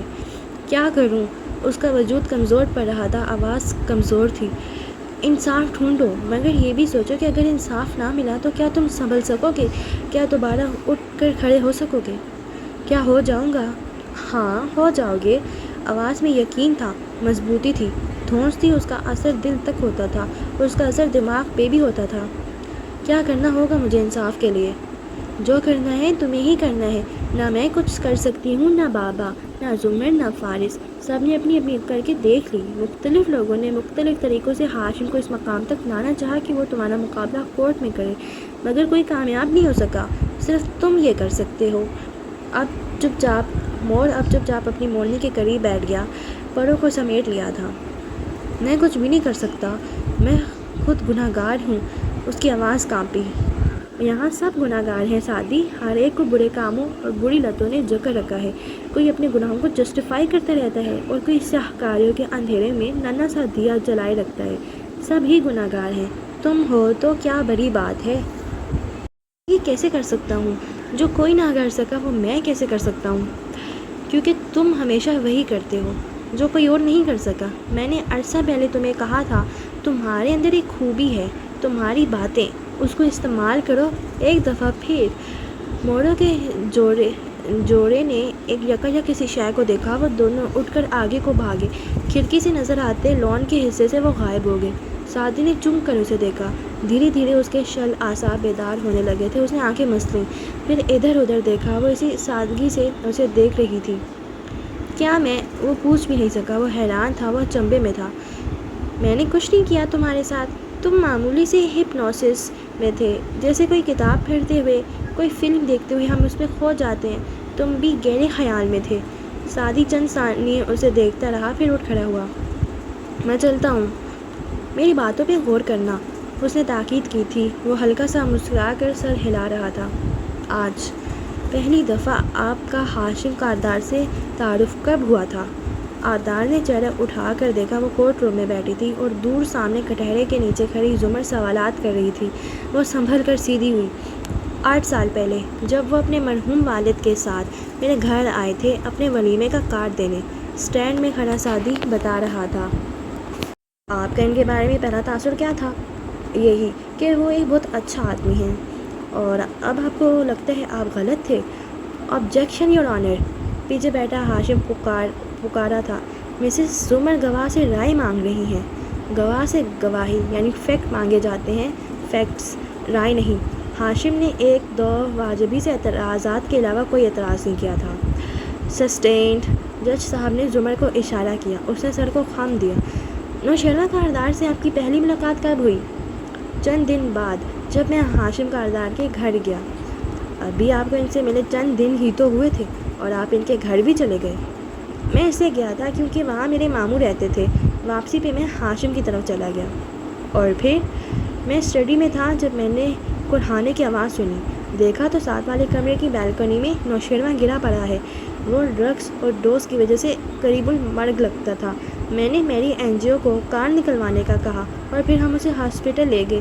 بہرحال وہ جلد ٹھیک ہو گیا۔ آپ یہ کہہ رہے ہیں کہ آپ نے اس کی جان بچائی؟ میں کہہ نہیں رہا، سب گواہ ہیں اس کے۔ اوکے، زمر نے آسمان میں سر ہلایا۔ کھنکیوں سے مسلسل جج صاحب کے تاثرات بھی دیکھ رہی تھی۔ وہ اب تھوڑی تلے ہتھیلی جمائے کوہنی ڈیسک پہ ٹکائے متوجہ مگر اسپاٹ چہرے کے ساتھ سعدی کو دیکھ رہے تھے۔ مسز کاردار سے آپ کا کیسا تعلق تھا؟ میں اپنی اور مسز کاردار کی تمام ای میلز کا ریکارڈ کورٹ میں جمع کرا چکا ہوں۔ ان سے ظاہر ہوتا ہے کہ وہ مجھے اپنے بیٹے کی جاسوسی کرنے کے لیے کہتی تھی اور میں محض اس کی بھلائی کے لیے ان کو بتا دیتا تھا اگر نوشیرہ کسی غلط کام میں ملوث ہوتا تو۔ بہت دفعہ میں نے نوشیرہ کا پردہ بھی رکھا مگر یہ ایک ماں کا حق تھا۔ جب نوشیرہ کو آپ کے سامنے یونہی میں مارا پیٹا گیا تو آپ نے اسے کیوں نہیں بچایا؟ میں نے انٹرویو میں بتایا تھا کہ میں نے اس لیے نہیں بچایا کیونکہ ہاشم کاردار نے مجھے منع کیا تھا، کیونکہ اس نے خود اپنے بھائی کو پٹوایا تھا تاکہ وہ اس کی دوست آبدار عبید کو تنگ نہ کرے۔ یہ جھوٹ بول رہا ہے۔ جواہرات بے یقینی سے ہاشم کے قریب ہوئی۔ تم نے اس کو نہیں بتایا تھا؟ کیا اس کو پتہ تھا بھائی؟ شیرو ہلکا سا گھبرایا۔ ہاشم خود بھی چوکا تھا۔ نہیں، اس نے نفی میں سر ہلایا۔ یہ جھوٹ کیوں بول رہا ہے؟ وہ حیران تھا۔ سو آپ یہ کہہ رہے ہیں کہ ہاشم جس لڑکی کو پسند کرتا تھا نوشیرہ اس کو ہراساں کرنے لگا تھا، سو ہاشم نے اپنے ہی بھائی کو پٹوایا؟ زمر کے لہجے میں بے یقینی تھی۔ ہاشم آبرو کٹے کی آگے کو ہوا، وہ متحیر تھا۔ جی، جیسا کہ میں نے انٹرویو میں کہا تھا، ہاشم کی میل ابھی تک میرے پاس محفوظ ہے اور میں اس کی کاپی آپ کو دے چکا ہوں۔ آپ اس سے اندازہ کر سکتی ہیں کہ ہاشم ہی اپنے بھائی کا دشمن تھا، میں نہیں، وہ مسکرا کر کہہ رہا تھا۔ جب زمر نے ایک کاغذ جج صاحب کو اور ایک ہاشم کو پکڑایا تو ہاشم نے تیزی سے ناک پہ اینک لگائی اور اسے پڑھا۔ جواہرات اس کے کندھے سے جھک کر اسے پڑھ رہی تھی۔ سعدی اور زمر نے مسکراتی نظروں کا تبادلہ کیا۔ یوں لگتا تھا دفاع کی کرسی پہ خلبلی سی مچ گئی ہو۔ یہ تمہارے لکھنے کا سٹائل ہے؟ ای میل بھی درست لگ رہی ہے، فورینسک میں بھی درست ثابت ہوئی ہوگی ورنہ زمر اس کو جمع نہ کراتی۔ ہاشم یہ کیا ہے؟ جواہرات نے تل ملا کر اسے گھورا۔ وہ نفی میں سر ہلا رہا تھا۔ یہ درست ہے مگر یہ کسی نے بیک ڈیٹ میں جا کر اب بھیجی ہے، کوئی جس کو ان امور میں مہارت ہو، اور چونک کر اس نے گردن موڑی۔ استغاثہ کی کرسی پہ پیچھے بیٹھی حنین کو دیکھا۔ وہ جج صاحب سے نگاہ بچا کر ہاتھ پہ کچھ لکھ رہی تھی، پھر ہاتھ اٹھا کر ہتھیلی ہاشم کو دکھائی۔ بنگو! ہاشم نے اس کے چہرے کو دیکھا۔ وہ مسکرا کر شانے اچکا کر سامنے دیکھنے لگی تھی۔ ہاشم گہری سانس لے کر سیدھا ہوا۔ وہ جھوٹ نہیں بول رہا، اس نے مدھم سرگوشی کی۔ وہ کہہ رہا ہے کہ یہ سب میں نے انٹرویو میں کہا تھا۔ یہ سچ ہے کہ وہ یہ سب انٹرویو میں کہہ چکا ہے۔ وہ یہ نہیں کہہ رہا کہ ایسا ہوا بھی تھا۔ ٹیکنیکلی یہ جھوٹ نہیں ہے اور وہ پکڑا نہیں جا سکتا۔ لعنت ہے! تو اس نے انٹرویو دنیا کو ایموشنل کرنے کے لیے نہیں دیا تھا بلکہ عدالت میں اپنے الفاظ کی ہیرا پھیری کرنے کے لیے دیا تھا۔ میں نے ایک دفعہ بھی اس کا انٹرویو نہیں سنا، ڈیم اٹ! ہاشم کاغذ لے کر اٹھا۔ یور آنر، یہ ای میل خود ساختہ ہے، میں نے ایسی کوئی میل سعدی کو نہیں کی۔ کیا تم پروف کر سکتے ہو؟ زمر نے سادگی سے آنکھیں جھپکائیں۔ ہاشم گہری سانس لے کر واپس بیٹھ گیا۔ ایک تیز نظر سعدی پہ ڈالی، اس نے بھی مسکرا کر کندھے اچکائے۔ زمر واپس سعدی کی طرف گھومی۔ استغاثہ کے بینچ میں واضح تبدیلی آتی دکھائی دیتی تھی۔ مسکراہٹیں بھر چکی تھیں، آرام دہ ماحول بن چکا تھا۔ زمر نے اگلا سوال پوچھنے سے پہلے غیر ارادی طور پہ انگلی میں پہنی انگوٹھی کو گھما کر پیچھے دھکیلا۔ اس کا نیلا ہیرے جیسا چمکتا نگینہ ڈھیروں روشنیاں پھوٹنے لگا، ایسی خوبصورت روشنیاں کہ اگر تم ان میں دیکھنے لگو تو تمہاری آنکھیں چندیا جائیں اور پھر تم کچھ اور نہ دیکھ سکو۔ ہیرو جیسی روشنیاں 2 ماہ پہلے، اور جب یہ روشنیاں چھٹی تو سامنے ایک خوبصورت وادی تھی۔ سبز پہاڑوں کے درمیان بل کھاتی نیلی سڑک کسی آبشار کی طرح اونچائی سے نیچے گر رہی تھی۔ سڑک پہ چہل قدمی کرتے سیاح، دکانوں کا رش، اپنا اپنا سامان بیچتے خواجہ فروش، اوپر تیرتے بادل، ان سب سے بے نیاز وہ دونوں سڑک کنارے چلتے اوپر سے نیچے آ رہے تھے۔ فارس نے اپنی گھوڑی جیکٹ کی جیبوں میں ہاتھ ڈال رکھے تھے، سر پہ پی کیپ تھی اور زمر سیاہ جیکٹ کی جیبوں میں ہاتھ ڈالے، بال ڈھیلے چوڑی میں باندھے، گردن جھکائے، قدم قدم نیچے اتر رہی تھی۔ دفتراً اس نے سر اٹھایا اور کچھ اداسی سے بائیں طرف چلتے فارس کو دیکھا۔ ہم یہاں کیا کر رہے ہیں؟ بلکہ میں ادھر کیا کر رہی ہوں؟ مجھے تو اس وقت کورٹ میں ہونا چاہیے تھا۔ فارس کے چہرے پہ خفگی ابھری۔ کیپ والا سر موڑ کر اور آنکھیں سکوڑ کر اسے دیکھا۔ کیا ہم نے یہ فیصلہ نہیں کیا تھا کم از کم ان 3-4 دنوں میں ہم نوشیرہ کے ٹرائل کی بات نہیں کریں گے؟ میں اس ٹرائل کی بات نہیں کر رہی، کل اس کی پیشی تھی اور نہ ہاشم گیا نہ میں اپنے کورٹ کیسز کی بات کر رہی ہوں۔ میں ایسے ہی ادھر آ گئی، میرا اتنا کام پڑا تھا پیچھے۔ اس نے سر کو جھٹک کر گال کو چھوتی گنگریالی لٹ پڑے ہٹانا چاہی۔ گرم جیبوں سے ہاتھ نہیں نکالے، لٹ کان تک گئی اور پھسل کر واپس گال پہ آ گئی۔ جی ہاں جانتا ہوں، پتہ ہے مجھے آپ وکیل کیا کرتے ہیں، لمبی لمبی فیسیں لے کر تاریخ پہ تاریخ دیتے جاتے ہیں۔ آپ کی چند دن کی غیر حاضری سے کسی کا کوئی نقصان نہیں ہوا ہوگا، ویسے بھی عدالت میں جا کر آپ نے جھوٹ ہی بولنا ہوگا۔ اچھا ہے نا، چند دن آپ کے پاس بائیں کندھے والا نگہبان کو ریسٹ ملے گا۔ ہاں ہاں، تم تو جیسے جیل میں ناطے پڑھتے تھے، لنگر بٹوایا کرتے تھے، وہ مسکرا کر مگر تندہی سے بولی تھی۔ فارس نے جیبوں سے ہاتھ نکال کر جیکٹ کا کالر جھٹکا۔ سوشل ورک کرتا تھا میں۔ ہاں، کسی کی پسلی توڑی تو کسی کا جبڑا۔ Social work, right? استغفر اللہ، کیوں میری مقبولیت سے جلتی ہیں؟ وہ مسکراہٹ دبا کر سنجیدگی سے کہہ رہا تھا۔ ٹھنڈی سی سرمئی سڑک کے ارد گرد پھیلے سبز پہاڑوں سے قطع بے نیاز وہ دونوں چلتے جا رہے تھے۔ جیل میں لوگ مجھے پسند کرتے تھے۔ غلط، تم سے ڈرتے تھے۔ کچہری میں لوگ آپ سے نہیں ڈرتے کیا؟ میری عزت کرتے ہیں۔ جی ہاں، میری عزت سے آپ کو چڑیل کہتے ہیں۔ فارس قاضی، وہ خفگی سے ایک دم گھوم کر اس کے سامنے آئے۔ فارس کے قدم رک گئے، مسکراہٹ دبا کر اس کے چہرے کو دیکھا جو برہمی سے تمتمانے لگا تھا۔ ہم 3 دن کی بریک پہ آئے ہیں اور تم اس طرح کی باتوں سے باز نہیں آئے جو مجھے غصہ دلاتی ہیں۔ آپ کو کون سی باتیں غصہ نہیں دلاتی؟ مگر اس نے انگلی اٹھا کر تنبیہ کی۔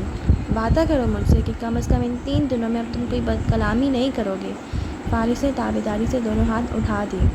ریئلی سوری، میں واقعی چاہتا ہوں کہ ہمارا یہ سفر خوشگوار رہے، اس لیے میں وعدہ کرتا ہوں کہ ان 3 دنوں میں کوئی سچ نہیں بولوں گا۔ اسے پھر سے غصہ آیا مگر ہنس دی اور سر جھٹک کر واپس چلنے لگی۔ وہ بھی مسکرا کر نیچے اترنے لگا۔ دونوں ساتھ ساتھ تھے، کندھے سے کندھا، کونے سے کونے، برابر ہم قدم۔ رش پڑ رہا تھا۔ وہ جس گلی میں اتر آئے تھے وہاں دونوں اطراف دکانیں تھیں، لوگوں کا شور، گہما گہمی عروج پہ تھی۔ کہیں سے پکوڑوں اور باربیکیو کی مہک بھی آتی محسوس ہو رہی تھی۔ زمر نے شاپس کی قطار کو دیکھ کر کہا، ویسے تم نے مجھے کبھی گفٹ نہیں دیا؟ وہ سوچتے ہوئے بولی تھی۔ فارس نے بے یقینی سے اسے دیکھا۔ اور وہ جسے آپ میرے تیسرے سسر کے حوالے کر کے آئی تھیں، وہ کیا تھا؟ زمر نے ناک سکوڑی۔ تب میں تمہاری بیوی نہیں تھی۔ میں چاہتی ہوں کہ اب تم مجھے کچھ لے کر دو، ڈھیر سارے پیسے خرچ کر کے ایک قیمتی سا گفٹ۔ مفت تو وہ لونگ بھی نہیں تھی، اس میں سونیٹائڈ ڈائمنڈ تھا، پتہ ہے کتنے کا آتا ہے؟ وہ جل کر بولا تھا۔ اوف فارس، اس نے شدید خفگی سے اسے دیکھا۔ دونوں وادی کے بازار کے بیچ میں سڑک پہ آمنے سامنے رک کھڑے ہوئے تھے۔ اب کیا تحفے کی قیمت بتاؤ گے؟ بل بھی دکھا سکتا ہوں۔ کتنے کنجوس ہو، ایک تحفہ تک نہیں لے سکتے میرے لیے۔ پہلی بیوی کو تو بہت تحفے دیتے تھے، ساڑیاں، ہینڈ بیگز، اس کو شوق تھا۔ زمر نے پلکیں جھپکا کر کھولی۔ مجھے نہیں ہے کیا؟ تمہیں؟ فارس ہنسا اور ناک سے مکھی اڑائی۔ تمہیں ساڑیاں اور ہینڈ بیگز کون دے؟ تمہارے لیے سب سے بڑا تحفہ پتہ کیا ہوگا؟ کسی وکیل کے کمپیوٹر کا ڈیٹا چرا کر دے دو تاکہ تم اسے بلیک میل کر سکو۔ کسی کے غیر قانونی پلاٹ قبضے کے خلاف ثبوت اکٹھے کر کے دے دو تاکہ تم اس کو جیل بھیج دو۔ تمہیں میں اس طرح کے بہت سے تحفے دے سکتا ہوں۔ چلو بتاؤ، شروع کہاں سے کروں؟ زمر نے خفگی سے اس کی کونی پہ ہتھیلی بند کر کے ماری اور پھر آگے بڑھ گئی۔ وہ تیزی سے پیچھے آیا۔ یار میرے پاس اتنے پیسے نہیں ہیں۔ پھر رکا، آنکھوں میں چمک اتری، ہلکا سا مسکرایا۔ بلکہ میرے پاس پیسے ہیں۔ تمہارا مطلب ہے میرے پیسے؟ تم بتاؤ تمہیں کیا چاہیے؟ اس کے انداز پہ بھی رکی، گردن گھما کر آبرو اٹھا کر اسے سوالیہ انداز میں دیکھا۔ فارس نے سر کو خم دیا۔ مجھے؟ اس نے لب آپس میں مس کیے، اوپر نگاہیں اٹھا کر سوچا۔ مجھے ڈائمنڈس چاہیے، بہت خوبصورت اور قیمتی ڈائمنڈس، بلکہ ادھر مارکیٹ میں آگے جا کر بہت اچھے اچھے جیولرز ہیں۔ چلو میرے ساتھ اور مجھے کچھ لے کر دو، میں بہت خوش ہوں گی۔ جو حکم۔ وہ گہری سانس لے کر اس کے ساتھ چلنے لگا۔ ہاں، یہ خوش ہونے اگلا بندہ چاہے کنگال ہو جائے، ڈائمنڈس چاہیے۔ چہرے کے زاویے بگڑے بگڑے سے تھے۔ چند ثانیے دونوں خاموشی سے چلتے رہے، مختلف بولیوں اور شور سنتے رہے۔ پھر وہ بولا، ویسے تم نے سب سے پہلے کبھی میرے بارے میں سوچا تھا؟ برسوں پہلے؟ ان باتوں کا اب کیا فائدہ فارس؟ بتاؤ نا۔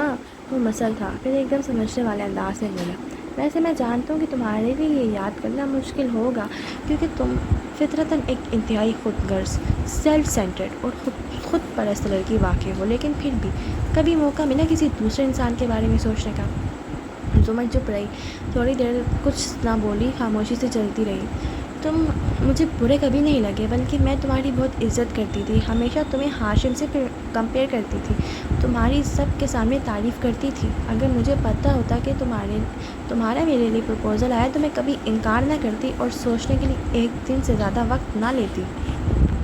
اچھا، وہ مسکرایا، مجھے نہیں پتا تھا تم شروع سے مجھ سے محبت کرتی تھی۔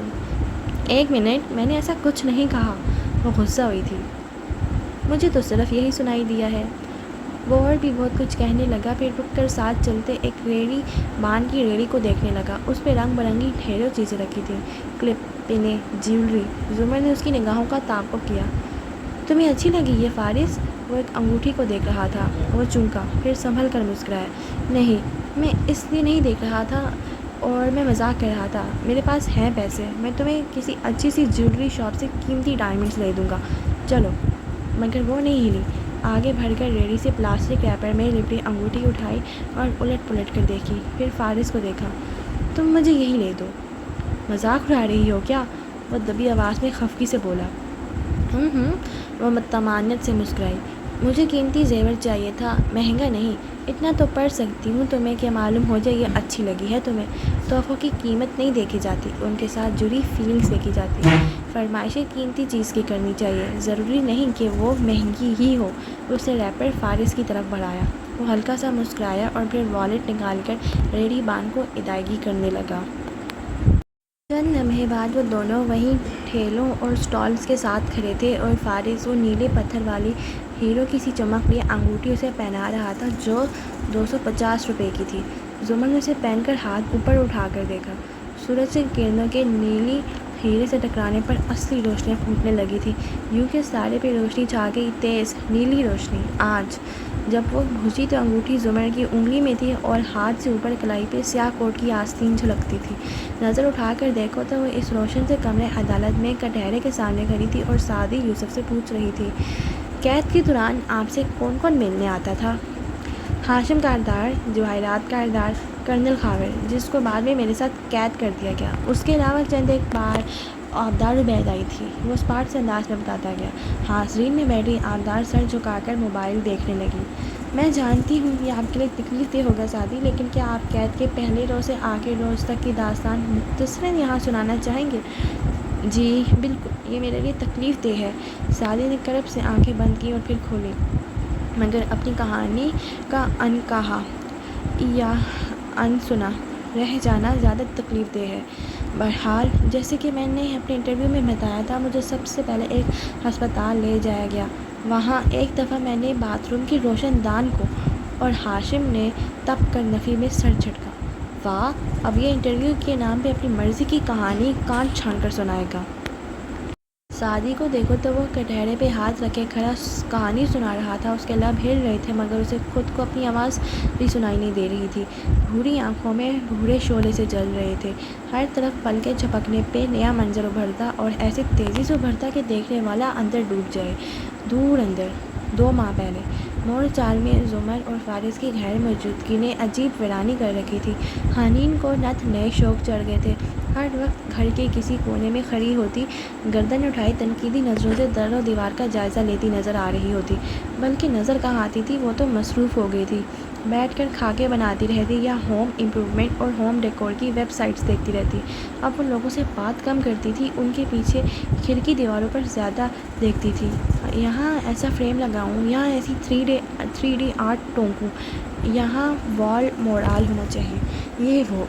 ایسے میں سعدی اپنے کمرے میں یوں ہی اداس سا بیٹھا تھا، دروازہ کھلا تھا اور سامنے والے کمرے سے ندرت کی لتاڑنے، ڈانٹنے اور پھر رک کر سمجھانے کی آوازیں آ رہی تھیں۔ مخاطب اسامہ تھا، جو اکھڑا اکھڑا سا بیٹھا تھا، قد لمبا ہوا مگر سمجھ نہیں۔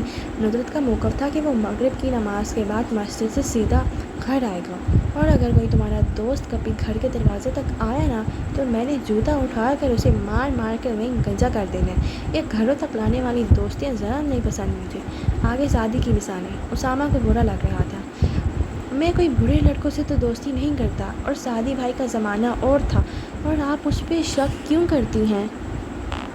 سعدی آرام سے اٹھا اور دروازہ بند کر دیا۔ آوازوں کا راستہ رک گیا۔ جانتا تھا یہ مسئلے اگلے 5 سال تک چلیں گے۔ بچوں کی آنکھوں پہ بندھی پٹی اترنے کے لیے کم از کم بھی 20 سال کی عمر کو پہنچنا ہوتا ہے۔ کھینچے اور نوچنے یا سوراخ چھیدنے سے فائدہ کم اور نقصان زیادہ ہوتا ہے۔ بس دھیرے دھیرے پٹی ڈھیلی کرنی ہوتی ہے۔ بہت سی باتوں سے صرف صرف نظر اور ڈھیر ساری توجہ۔ مگر ابھی وہ امی کو سمجھانے کے موڈ میں نہیں تھا۔ ابھی وہ خود سمجھنا چاہتا تھا، اپنا دماغ سوچوں سے خالی کرنا چاہتا تھا۔ کوئی روزن کھلے، کوئی روشنی آئے۔ وہ اسٹڈی ٹیبل پہ آ بیٹھا۔ یہ اس کے چھوٹے باغیچے والے گھر سے مختلف اور زیادہ خوبصورت تھی، مگر اجنبی لگتی تھی۔ کونے میں چند کتابوں کے اوپر قرآن مجید رکھا تھا۔ سعدی نے اسے اٹھایا اور چند لمحے اس کتاب کو ہاتھ میں لیے بیٹھا رہا۔ وہ بھاری تھی مگر دلوں کو ہلکا کر دیتی تھی۔ ایک گہری سانس لے کر اس نے صفحے پلٹائے۔ میں پناہ مانگتا ہوں اللہ کی دھتکارے ہوئے شیطان سے، اور کہا جنہوں نے کفر کیا کہ جب ہو جائیں گے ہم مٹی اور ہمارے باپ دادا بھی، تو کیا ہم پھر قبروں سے نکالے جائیں گے؟ بلا شبہ ہوتا رہے ہم سے یہ وعدہ، ہم سے اور ہمارے باپ دادا سے اس سے پہلے۔ نہیں ہیں یہ مگر پہلوں کی کہانیاں۔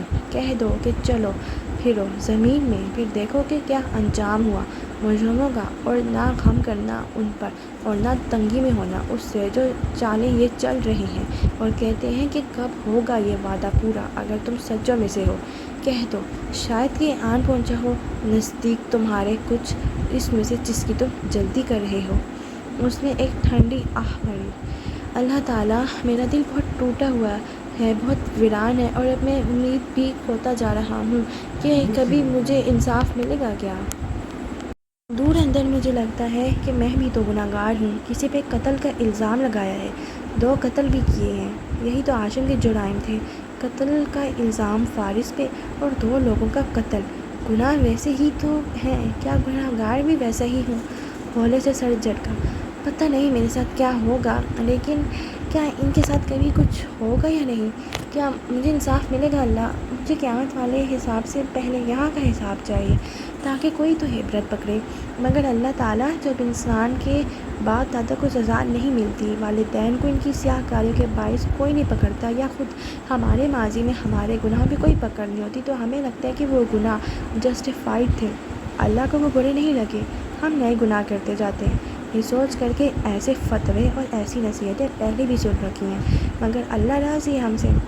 لیکن اللہ کی شریعت فلیکسیبل تو نہیں ہے نا کہ ہر کسی کے لیے الگ الگ رخ پہ مڑ جائے۔ اصول تو برابر ہیں سب کے لیے، پھر ہم اتنے لاپرواہ کیوں ہوتے جا رہے ہیں؟ پھر وہ لوگ اتنے لاپرواہ کیوں ہیں؟ اور پھر وہ چونکا، لیکن اگر میں یہ سمجھوں کہ ان کو سزا نہیں ملے گی ان کے باپ دادا کی طرح، تو یہ کفر ہے، امید چھوڑنا کفر ہے۔ تو پھر اس نے چمبی سے کلام مجید کے اوراق کو دیکھا۔ کیا میں امید رکھوں؟ کیا میں زمین میں چل پھر کر دیکھوں، ان تمام کیسز کو دیکھوں جن کے فیصلے آئے تھے، ان تمام لوگوں کا انجام دیکھوں جو عدالتی حکم کے بغیر ہی قدرتی آفات کا شکار ہوئے تھے؟ تو کیا ہمیں بھی امید نہیں چھوڑنی چاہیے؟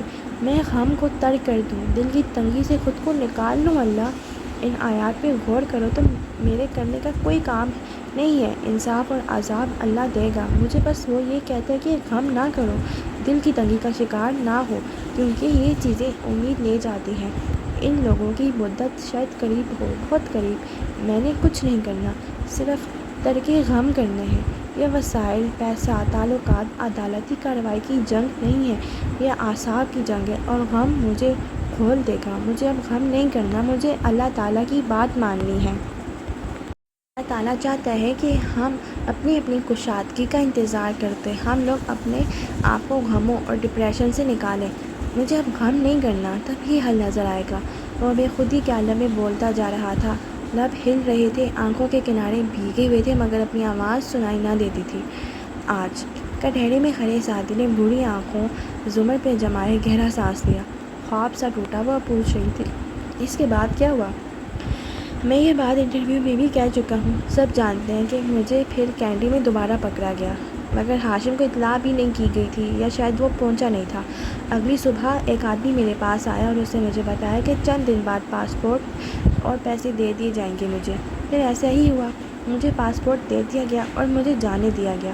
غالباً وہ لوگ ہاشم سے دغا کر رہے تھے۔ ہاشم کے اپنے پارٹنر جیسے کہ ہارون عبید چاہتے تھے کہ میں آزاد ہو کر ہاشم کے خلاف بولوں۔ میں نے وہی کیا جو مجھے کہا گیا تھا۔ میں پاکستان آ گیا اور یہاں آ کر اپنی ویڈیو ریلیز کر دی۔ اب چونکہ میں مشہور ہو گیا اس لیے یہ لوگ مجھے مار نہیں سکتے۔ آبجیکشن یور آنر، ہاشم نے وہیں سے بیٹھے بیٹھے بیزاری سے کہا تھا۔ زمر نے مڑ کر اسے دیکھا۔ کس بنیاد پہ؟ ویسے آپ اپنی باری کا انتظار کیوں نہیں کرتے؟ گواہ کو کراس کرتے وقت سب پوچھ لیجیے گا۔ ہاشم خاموش ہو گیا۔ زمر واپس مڑی۔ کیا پاکستان واپس آنے کے بعد آپ سے ہاشم کاردار نے کسی قسم کا رابطہ کیا؟ سوالات، الفاظ سب مدھم ہوتے گئے۔ کمرہ عدالت میں گونجتی ساری باتیں گڈ مڈ ہو کر عجیب سا ملاپ ملانے لگیں، یوں کہ حرف الگ ہو گیا اور نئے لفظ بننے لگے۔ 2 ماہ پہلے ہوٹل کے خوبصورت سے بیڈ روم کے بیج کلر کے پردے دیوار گھیر کھڑکیوں کے سامنے سے ہٹے تھے اور جالی دار سفید پردے شیشوں کے آگے لہرا رہے تھے۔ پردوں کی جالی نے منظر کو قدرے دھندلا دیا تھا۔ مدھم سا دکھائی دیتا تھا کہ باہر بالکنی ہے اور نیچے دور تک پھیلے سبز پہاڑ اور ان کے بیچ بستی وادیاں۔ کھڑکی کے آگے 2 آمنے سامنے رکھی کرسیاں پڑی تھیں۔ زمر اور فارس مقابل بیٹھے تھے۔ درمیان میں ایک چھوٹی میز تھی جس پہ اسکریبل کا کالج کا بارڈ کھلا پڑا تھا۔ لکڑی کے ننھے چوکور ٹکڑوں پہ لکھے حروف ان دونوں کے سامنے اسٹینڈز پہ پڑے تھے۔ زمر ٹیک لگائے ٹانگ پہ ٹانگ رکھے بیٹھی پیر جھلا رہی تھی۔ وہ آگے ہو کر بیٹھا، غور سے کی بورڈ کو دیکھتا، کبھی اپنے پاس موجود حروف کو۔ مان لو ہار میں تمہیں شرمندہ نہیں کروں گی، زمر نے مسکراہٹ دبائے فیاضی سے کہا تھا۔ آگے کچھ جھکے فارس غازی نے محض آبرو اٹھا کر اسے دیکھا۔ ابھی وہ وقت نہیں آیا جب آپ سے ہار مانی جائے، مجھے سوچنے دیں۔ ویسے اتنے سال تم نے جیل میں سوشل ورک کرنے کی بجائے تعلیم کی طرف توجہ دی ہوتی تو پڑھی لکھی بیوی کے سامنے شرمندہ نہ ہو رہے ہوتے۔ وہ مسکرا کر پیر جھلا رہی تھی۔ آپ مسلسل چیٹنگ کر کے جیت رہی ہیں، پڑھی لکھی۔ خفگی سے سر جھٹکا، پھر حروف کو دیکھنے لگا۔ ہر ہارنے والا یہی کہتا ہے، فارس نے جواب دیے بنا چند حروف اٹھائے اور پہلے سے RISE رائز کے پیچھے لگا دیے۔ اب وہ یوں بن گئے زمر رائز۔ زمر ایک دم سیدھی ہوئی۔ یہی کوئی لفظ نہیں ہے۔ نہیں یہ ایک لفظ ہے، وہ تپانے والی مسکراہٹ کے ساتھ چہرہ اٹھا کر بولا، اور اس کا مطلب ہوتا ہے جھوٹ کو سچ کے پردے میں لپیٹ کر پیش کرنا، محتاط الفاظ کا چناؤ کر کے عدالت میں حلف دلوا کر گواہ سے جھوٹ بلوانا، مگر کہنا ٹیکنیکلی یہ سچ ہے۔ ہر دوسری بات میں کسی شریف انسان کو بلیک میل کرنا اور دھمکانا، باتوں کی ہیر پھیر سے اپنا مطلب نکالنا اور دھونس جمانا، یہ واقعی ایک لفظ ہے۔ زمر اب آنکھیں تیکھی کر کے اسے بول رہی تھی۔ یہ چیٹنگ ہے۔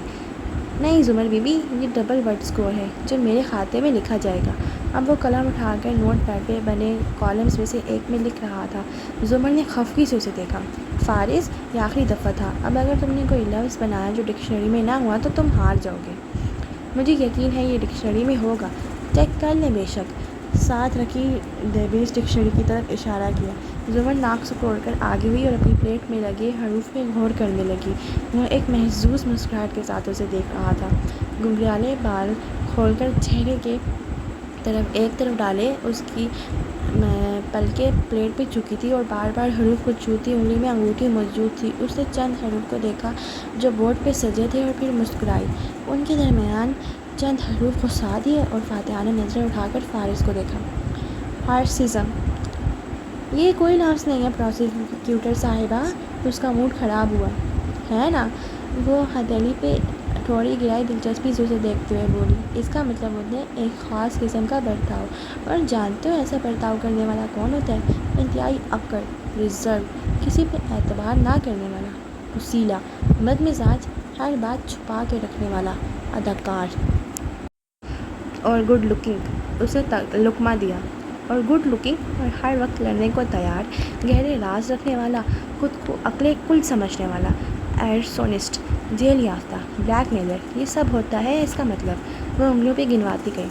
استغفراللہ، میں آپ کو ایک شائستہ اور ٹھنڈے مزاج کی خاتون سمجھتا تھا۔ وہ افسوس سے اسے دیکھ رہا تھا۔ لفظ بناؤ غازی، باتیں نہ بناؤ، اس نے چیلنج کیا۔ وہ سر چٹک کر الفاظ بنانے لگا۔ ایم سے اس نے میٹ بنایا تھا۔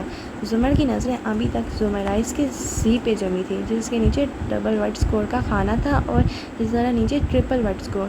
وہ چند لمحے سوچتی رہی، پھر اس نے چوکور ٹکڑے بورڈ پہ رکھے، نرم زی کے اوپر چند حروف سجائے۔ غازی۔ یہ چیٹنگ ہے، یہ لفظ ڈکشنری میں نہیں ہے، اور یہ اصول تھا کہ ہم نام نہیں بنائیں گے۔ دنیا تمہارے نام کے گرد نہیں گھومتی، یہ ڈکشنری میں ہے۔ وہ گردن کڑا کر بولی تھی۔ زمر بی بی، اگر یہ ڈکشنری میں نہ نکلا تو؟ اس نے ڈکشنری پہ ہاتھ رکھا۔ زمر نے جھٹ اس کے ہاتھ پہ ہاتھ رکھا۔ اگر یہ نہ نکلا تو میں ہار جاؤں گی، تم جیت جاؤ گے۔ نکل آیا تو میں جیت جاؤں گی اور تم ہارو گے۔ فارس کے ہاتھ پہ اس کا ہاتھ تھا اور وہ اس کی آنکھوں میں دیکھ کر مسکراتے ہوئے کہہ رہی تھی، یہ ڈکشنری میں نہیں ہے۔ وہ چبا چبا کر بولا۔ کتاب کھینچی اور اسے کھولا۔ صفحے پلٹائے، انگلی دوڑاتا گیا اوپر سے نیچے۔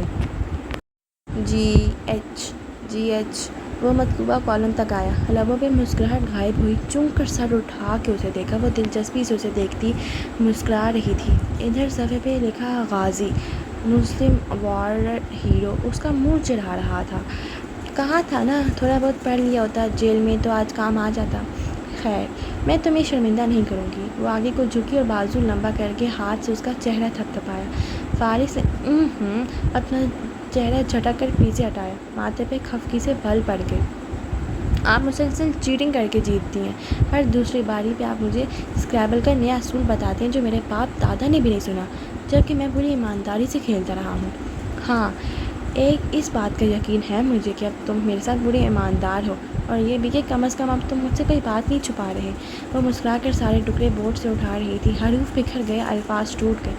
فارس بالکل سن بیٹھا رہا۔ اندر تک اس کا وجود ٹھنڈا ہو گیا تھا، جیسے کوئی انسان برف کے صحرا میں ٹھنڈ سے مر جائے۔ سفید، نیلا۔ لمحے بھر میں وہ پیچھے چلا گیا۔ وہ ڈاکٹر قاسم کے کلینک میں بیٹھا تھا اور وہ کہہ رہا تھا، مگر میں برا آدمی نہیں ہوں۔ فارس اٹھنے لگا۔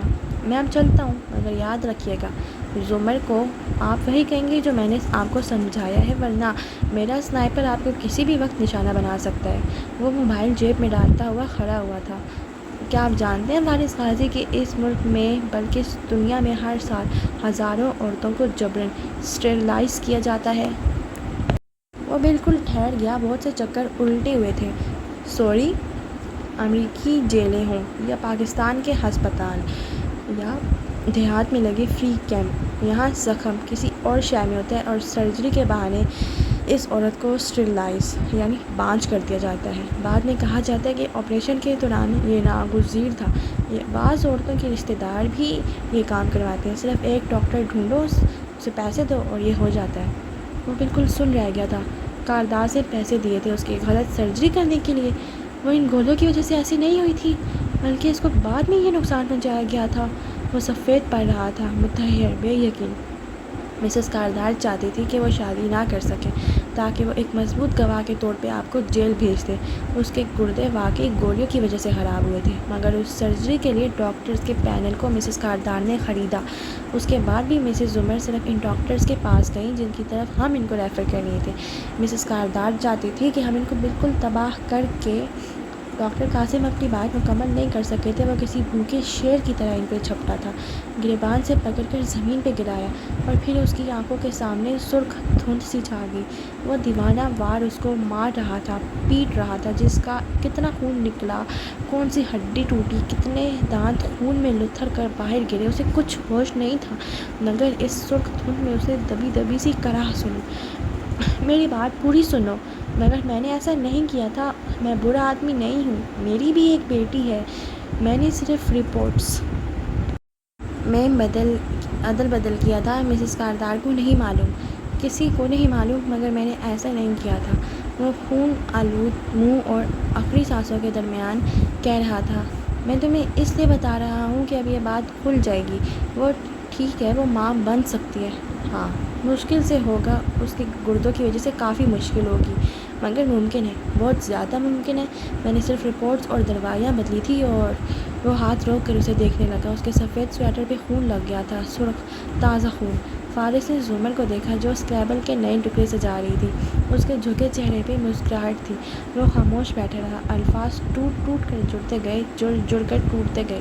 آج سعدی یوسف، کیا آپ کی ہاشم کاردار سے پاکستان آنے کے بعد اپنے وکلاء کی غیر موجودگی میں کوئی ملاقات ہوئی؟ زمر اس سے پوچھ رہی تھی۔ کٹہرے میں کھڑی سعدی نے نظریں اٹھا کر سامنے بیٹھے ہاشم کو دیکھا۔ دونوں کی نگاہیں ملیں۔ پرانے دنوں کے بہت سے سائے لہرائے۔ مجھے یاد نہیں۔ اس نے شانے جھکائے۔ ہاشم ہلکے سے مسکرایا۔ بس ایک ثانے کو اس نے آنکھیں بند کی تو اندھیرا چھا گیا۔ 2 ماہ پہلے نیم اندھیر کلب میں لاؤنج کی طرح کی جگہ بنی تھی۔ مدھم رنگ برنگی بتیاں سارے میں محو رقص تھیں۔ کچھ بھی صاف نظر نہ آتا تھا۔ بڑے صوفے پہ ارد گرد کھاتے پیتے ٹہلتے لوگوں سے بے نیاز ہاشم کاردار ڈنر جیکٹ میں ملبوس موبائل پہ بٹن دبا رہا تھا۔ ٹائی ندارد کالر کا اوپری بٹن کھلا تھا۔ وہ آرام دہ سا بیٹھا تھا۔ پس منظر میں بجتی موسیقی اعصاب کو سکون دے رہی تھی۔ ایسے میں کوئی اس کے ساتھ آ کر بیٹھا۔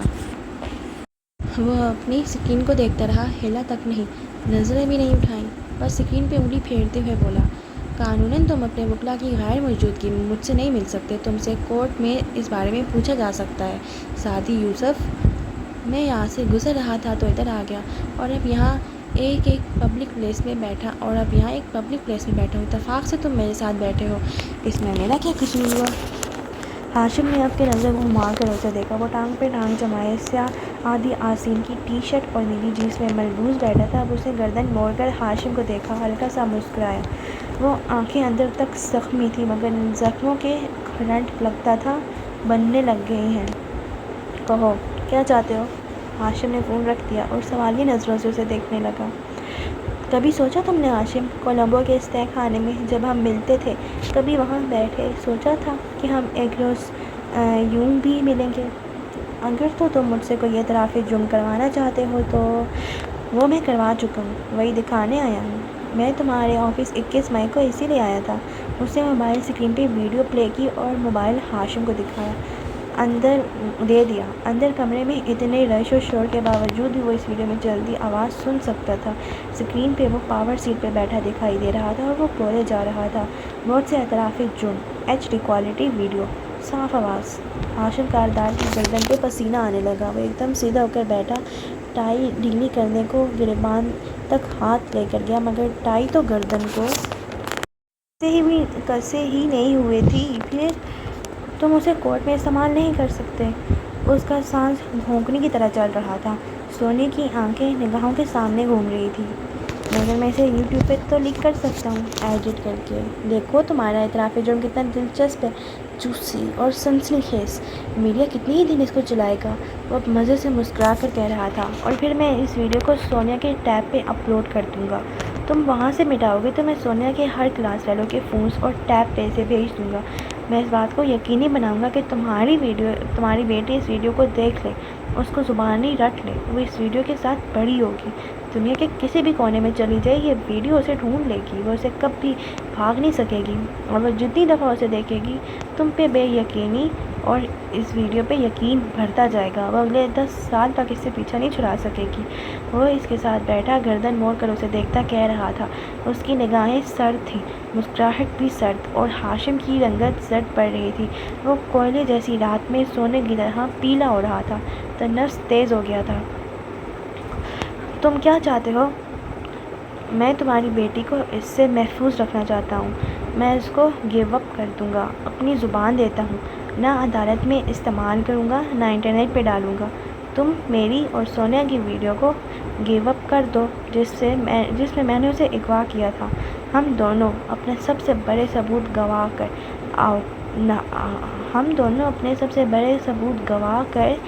آؤ نہتے اس میدان میں لڑتے ہیں، اپنی زبانوں، اپنے سچ اور جھوٹ کے ساتھ۔ تم اپنی دلیلیں دو، میں اپنی دوں گا۔ آؤ اس کیس کو ختم کرتے ہیں، مگر لڑ کر، بھاگ کر نہیں۔ ہاشم کتنی دیر اس کا چہرہ دیکھتا رہا، کبھی بے چینی سے، کبھی ترحم سے۔ مجھے تمہیں عدالت میں ذلیل کرنا ہوگا۔ اس کی آواز دھیمی تھی۔ میں یہ نہیں کرنا چاہتا۔ میں ایک دفعہ تمہاری زندگی برباد کر چکا ہوں، دوبارہ نہیں کرنا چاہتا۔ تم شاید یقین نہ کرو لیکن تم مجھے سونی اور شیرو اور ممی اور آبی کی طرح اب بھی اتنے ہی عزیز ہو۔ سعدی کے لبوں پہ زخمی سی مسکراہٹ گویا بلبلائی تھی۔ عزت اور ذلت وکیلوں کے ہاتھ میں نہیں ہوتی، جس کے ہاتھ میں ہوتی ہے وہ چاہے تو سب ٹھیک ہو سکتا ہے، چاہے تو سب بگڑ سکتا ہے۔ اسی کے ہاتھ میں رہنے دو عزت کو، اور تمہیں جو کرنا پڑے تم کرو۔ مجھے ہر حد تک جانا ہوگا، سب سے پہلے تم گواہی کے لیے پیش ہوگے۔ میں ایک فکرے میں تمہیں تباہ کر دوں گا، میں جیت جاؤں گا سعدی، میں کیس سے نہیں ڈرتا۔ تمہیں جس حد تک جانا ہے تم جاؤ، میری طرف سے تمہیں اجازت ہے، مگر اس کیس کو لڑو، ایک سپیڈی ٹرائل لڑو تاکہ چند ماہ میں فیصلہ آ جائے۔ آر یا پار، اس کے لہجے میں عزم تھا۔ ہاشم اسے دیکھے گیا، پھر اس نے چہرہ واپس موڑ لیا، سامنے دیکھنے لگا۔ سعدی موبائل جیب میں ڈالتا اٹھ کھڑا ہوا۔ کیا تم مجھے معاف کر سکتے ہو؟ سعدی یوسف کے قدم زنجیر ہوئے، اس نے چہرہ موڑا۔ ہاشم وہ اسی اداسی سے مسکرایا۔ یہ کیس میں تمہارے خلاف نہیں لڑ رہا، یہ میرے اور نوشروا کے درمیان ہے، اور وہ مجھ سے معافی مانگے بھی تو میں اسے معاف نہیں کروں گا۔ سی یو ان کورٹ۔ وہ اب دور جا رہا تھا، نیم اندھیرے میں وہ گم ہو گیا تھا۔ ہاشم کاردار نے موبائل اسکرین روشن کی، فوٹو گیلری کھولی، اس نوٹ کی تصویر نکالی جو اس نے چند دن پہلے لے کر محفوظ کر لی تھی۔ اس پہ لکھا نمبر زبانی ازبر کیا اور پھر ٹویٹر کھولا۔ ہر حد۔ اس نے تازہ ٹویٹ میں وہ نمبر گڈ ایوننگ پاکستان لکھ کر آگے ڈالا اور ٹویٹ پبلک کر دی۔ ابھی اس نے موبائل واپس رکھا ہی تھا کہ وہ تھڑ تھڑایا۔ ہاشم نے چون کر اسے دیکھا، بلاکڈ نمبر سے پیغام موصول ہوا تھا۔ اپنے کمرے کی سنگھار میز کی سب سے نچلی دراز کھولو، سعدی یوسف کا پاسپورٹ، مکمل پاسپورٹ تمہیں وہیں ملے گا۔ ہاشم والیٹ اور چابی اٹھا کر تیزی سے باہر کو لپکا۔ آج؟ مجھے یاد نہیں، سعدی یوسف ایک اور سوال کے جواب میں کہہ رہا تھا۔ سب حاضرین تماشائیوں کی طرح خاموشی سے اسے دیکھ رہے تھے۔ ان میں حنین بھی بیٹھی، جو مسلسل دانت سے ناخن کتر رہی تھی۔ سوچتی نظریں زمر پہ جمی تھی، جو سعدی سے سوال در سوال پوچھ رہی تھی۔ اس کی ناک کی لونگ سونے کی بنی تھی اور پچھلی لونگ سے ذرا مختلف تھی، مگر ہیرا ہو بہو تھا۔ حنا کے لبوں پہ مسکراہٹ بکھر آئی اور اسے یوں لگا گویا ارد گرد پتھروں کی پتیاں بکھر گئی ہوں۔ خوشبو سی خوشبو تھی۔ 2 ماہ پہلے زمر اپنے کمرے سے نکلی تو حنین سامنے کھڑی تھی، بالوں کو جوڑے میں لپیٹ کر گول مول باندھتی۔ زمر نے چون کر حنا کو دیکھا۔ موڑ چال میں صبح کی مخصوص گہما گہمی تھی۔ کچن سے سیم اور سعدی کی آوازیں آ رہی تھی، مگر حنین یہاں کھڑی تھی۔ کیا ہوا؟ جنید کو خالی ڈبی کچن کے فرش پہ ملی تو اس نے پورا کچن چھان مارا۔ کچرے کی ٹوکری سے آپ کی لونگ ملی، سونا ذرا پگھل چکا تھا۔ میں آپ کے پیچھے۔ اس نے کمر پہ ہاتھ سامنے کیا تو اس پہ سفید مخملی ڈبی رکھی تھی۔ اس کو جیولر پہ لے کر گئی۔ اس نے ڈائمنڈ کو نکال کر نئی لونگ میں جڑ دیا۔ یہ وہی لونگ ہے اور وہ نہیں بھی ہے، اندر وہی ہے مگر بیرونی سانچہ فرق ہے، احساس وہی ہے مگر گلٹ اور بوجھ جیسی علائشوں سے پاک ہے۔ میں نیا ڈائمنڈ نہیں لینا چاہتی تھی، کوئی کسی کی جگہ نہیں لے سکتا زمر۔ مسکرا کر اس نے وہ ہیرا پیش کیا۔ زمر کے ہاتھوں نے جوڑے کو چھوڑ دیا، بال پھسل کر نیچے بہتے گئے۔ وہ متحیر سی اس ڈبی کو کھول کر دیکھ رہی تھی۔ ادھر کچن میں سیم سعدی سے ناخوشی کے عالم میں کہہ رہا تھا، آپ کو وہ ویڈیو ان کے خلاف استعمال کرنی چاہیے تھی۔ یہ میرا طریقہ ہے اسے استعمال کرنے کا، ہاشم کے خلاف۔ یقین کرو سیم، ہم اس کو ویسے استعمال نہیں کر سکتے۔ ہر گیند کھیلنے والی نہیں ہوتی، کسی گیند کو روکنا بھی ہوتا ہے۔ وہ اسے سمجھا رہا تھا۔ اسامہ مسکرا دیا۔ انسان کو کوئی چیز نہیں ہرا سکتی جب تک کہ وہ خود ہار نہ مان لے۔ سعدی نے مشکوک نظروں سے اسے دیکھا۔ یہ کس کا ڈائلاگ ہے؟ عمران خان کا ہے بھائی، اس نے برا سا منہ بنا کر بتایا تھا۔ وہ ان سب کی آوازوں سے بے نیاز اپنی سنگھار میز کے سامنے کھڑی اس لونگ کو اپنی مغرور ناک میں سجا دیکھ رہی تھی۔ اس کی آنکھیں چمک رہی تھیں، لبوں پہ مسکراہٹ پھوٹ رہی تھی۔ باتھ روم کا دروازہ کھلا اور فارس باہر نکلا تو وہ اس کی طرف گھومی اور شانے اچکائی۔ فارس کی نظریں ٹھہر گئیں۔ وہی ہے، وہ مسکرا کر بولی تھی۔ اس نے کچھ نہیں کہا، اس کے چہرے سے سب ظاہر تھا، وہ محبت تھا۔ گردن میں ڈوب کر ابھرتی گھلٹی واضح محسوس ہو رہی تھی۔ آنکھوں میں ایک چمک بھی اتری تھی جو شاید زمر نے پہلے کبھی نہیں دیکھی تھی۔ محض تائید میں سر کو خم دیا اور آگے بڑھ گیا۔ ان تاثرات کے لیے وہ جان بھی دے سکتی تھی۔ اسے پہلی دفعہ احساس ہوا تھا۔ مسکرا کر وہ بال برش کرنے لگی تھی۔ آج یور وٹنس، زمر کٹہرے کے سامنے سے نیچے اتر آئی تھی۔ 2 لفظوں میں ہاشم کو اشارہ کیا۔ گواہ ہاشم کاردار کا تھا، وہ چاہے جس کو کراس کرے، جرا کرے۔ ہاشم کوٹ کا بٹن بند کرتا دو کاغذ ہاتھ میں لے قدم قدم چلتا آگے آیا۔ سب ہنوز خاموش تھے، سب کی نظریں ہاشم پہ جمی تھیں، پرسکون کھڑے سعدی کی بھی۔ سامنے آ کر ہاشم مسکرایا، دونوں پرنٹ آؤٹ سعدی یوسف کے سامنے لہرائے۔ کیا آپ قمار نامی اس سنہالی باشندے کو جانتے ہیں، یا کیا آپ فصیح نامی اس پاکستانی باشندے کو جانتے ہیں سعدی یوسف؟ کیونکہ ہمارے پاس مصدقہ اطلاعات ہیں کہ قمار کو ہر کا ٹیکہ لگا کر اور فصیح کو گردن توڑ کر آپ نے قتل کیا ہے۔ کیا آپ اللہ کو حاضر ناظر جان کر اپنے انٹرویو کا حوالہ دیے بغیر بتائیں گے کہ آپ ان دو لوگوں کے قاتل ہیں یا نہیں؟ بہت سی سانسیں ایک ساتھ رکی تھیں، آپ کی بھی رکی ہوں گی اور آپ کی آنکھیں بھی پھیلی ہوں گی حیرت سے، اور آپ یہ جاننے کے لیے بہت کیا کہتے ہیں ایکسائٹیڈ ہوں گے، یا پھر جو بھی کہتے ہیں اس ایموشن کو۔ آپ لوگ سوچ رہے ہوں گے کہ پتہ نہیں، پریشان ہوں گے کہ سعدی یوسف کا کیا آگے سے جواب آئے گا۔ تو یہ جواب سننے کے لیے آپ لوگوں کو تھوڑا سا انتظار کرنا پڑے گا، کیونکہ اگلی قسط تو کل ہی آئے گی۔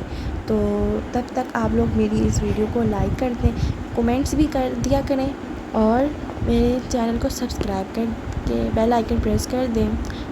اور کیا کہنا ہوتا ہے، بس یہی کہنا ہوتا ہے نا، ہاں یہی ڈائلاگز ہوتے ہیں مین۔ چلو جی، okay, bye bye, take care.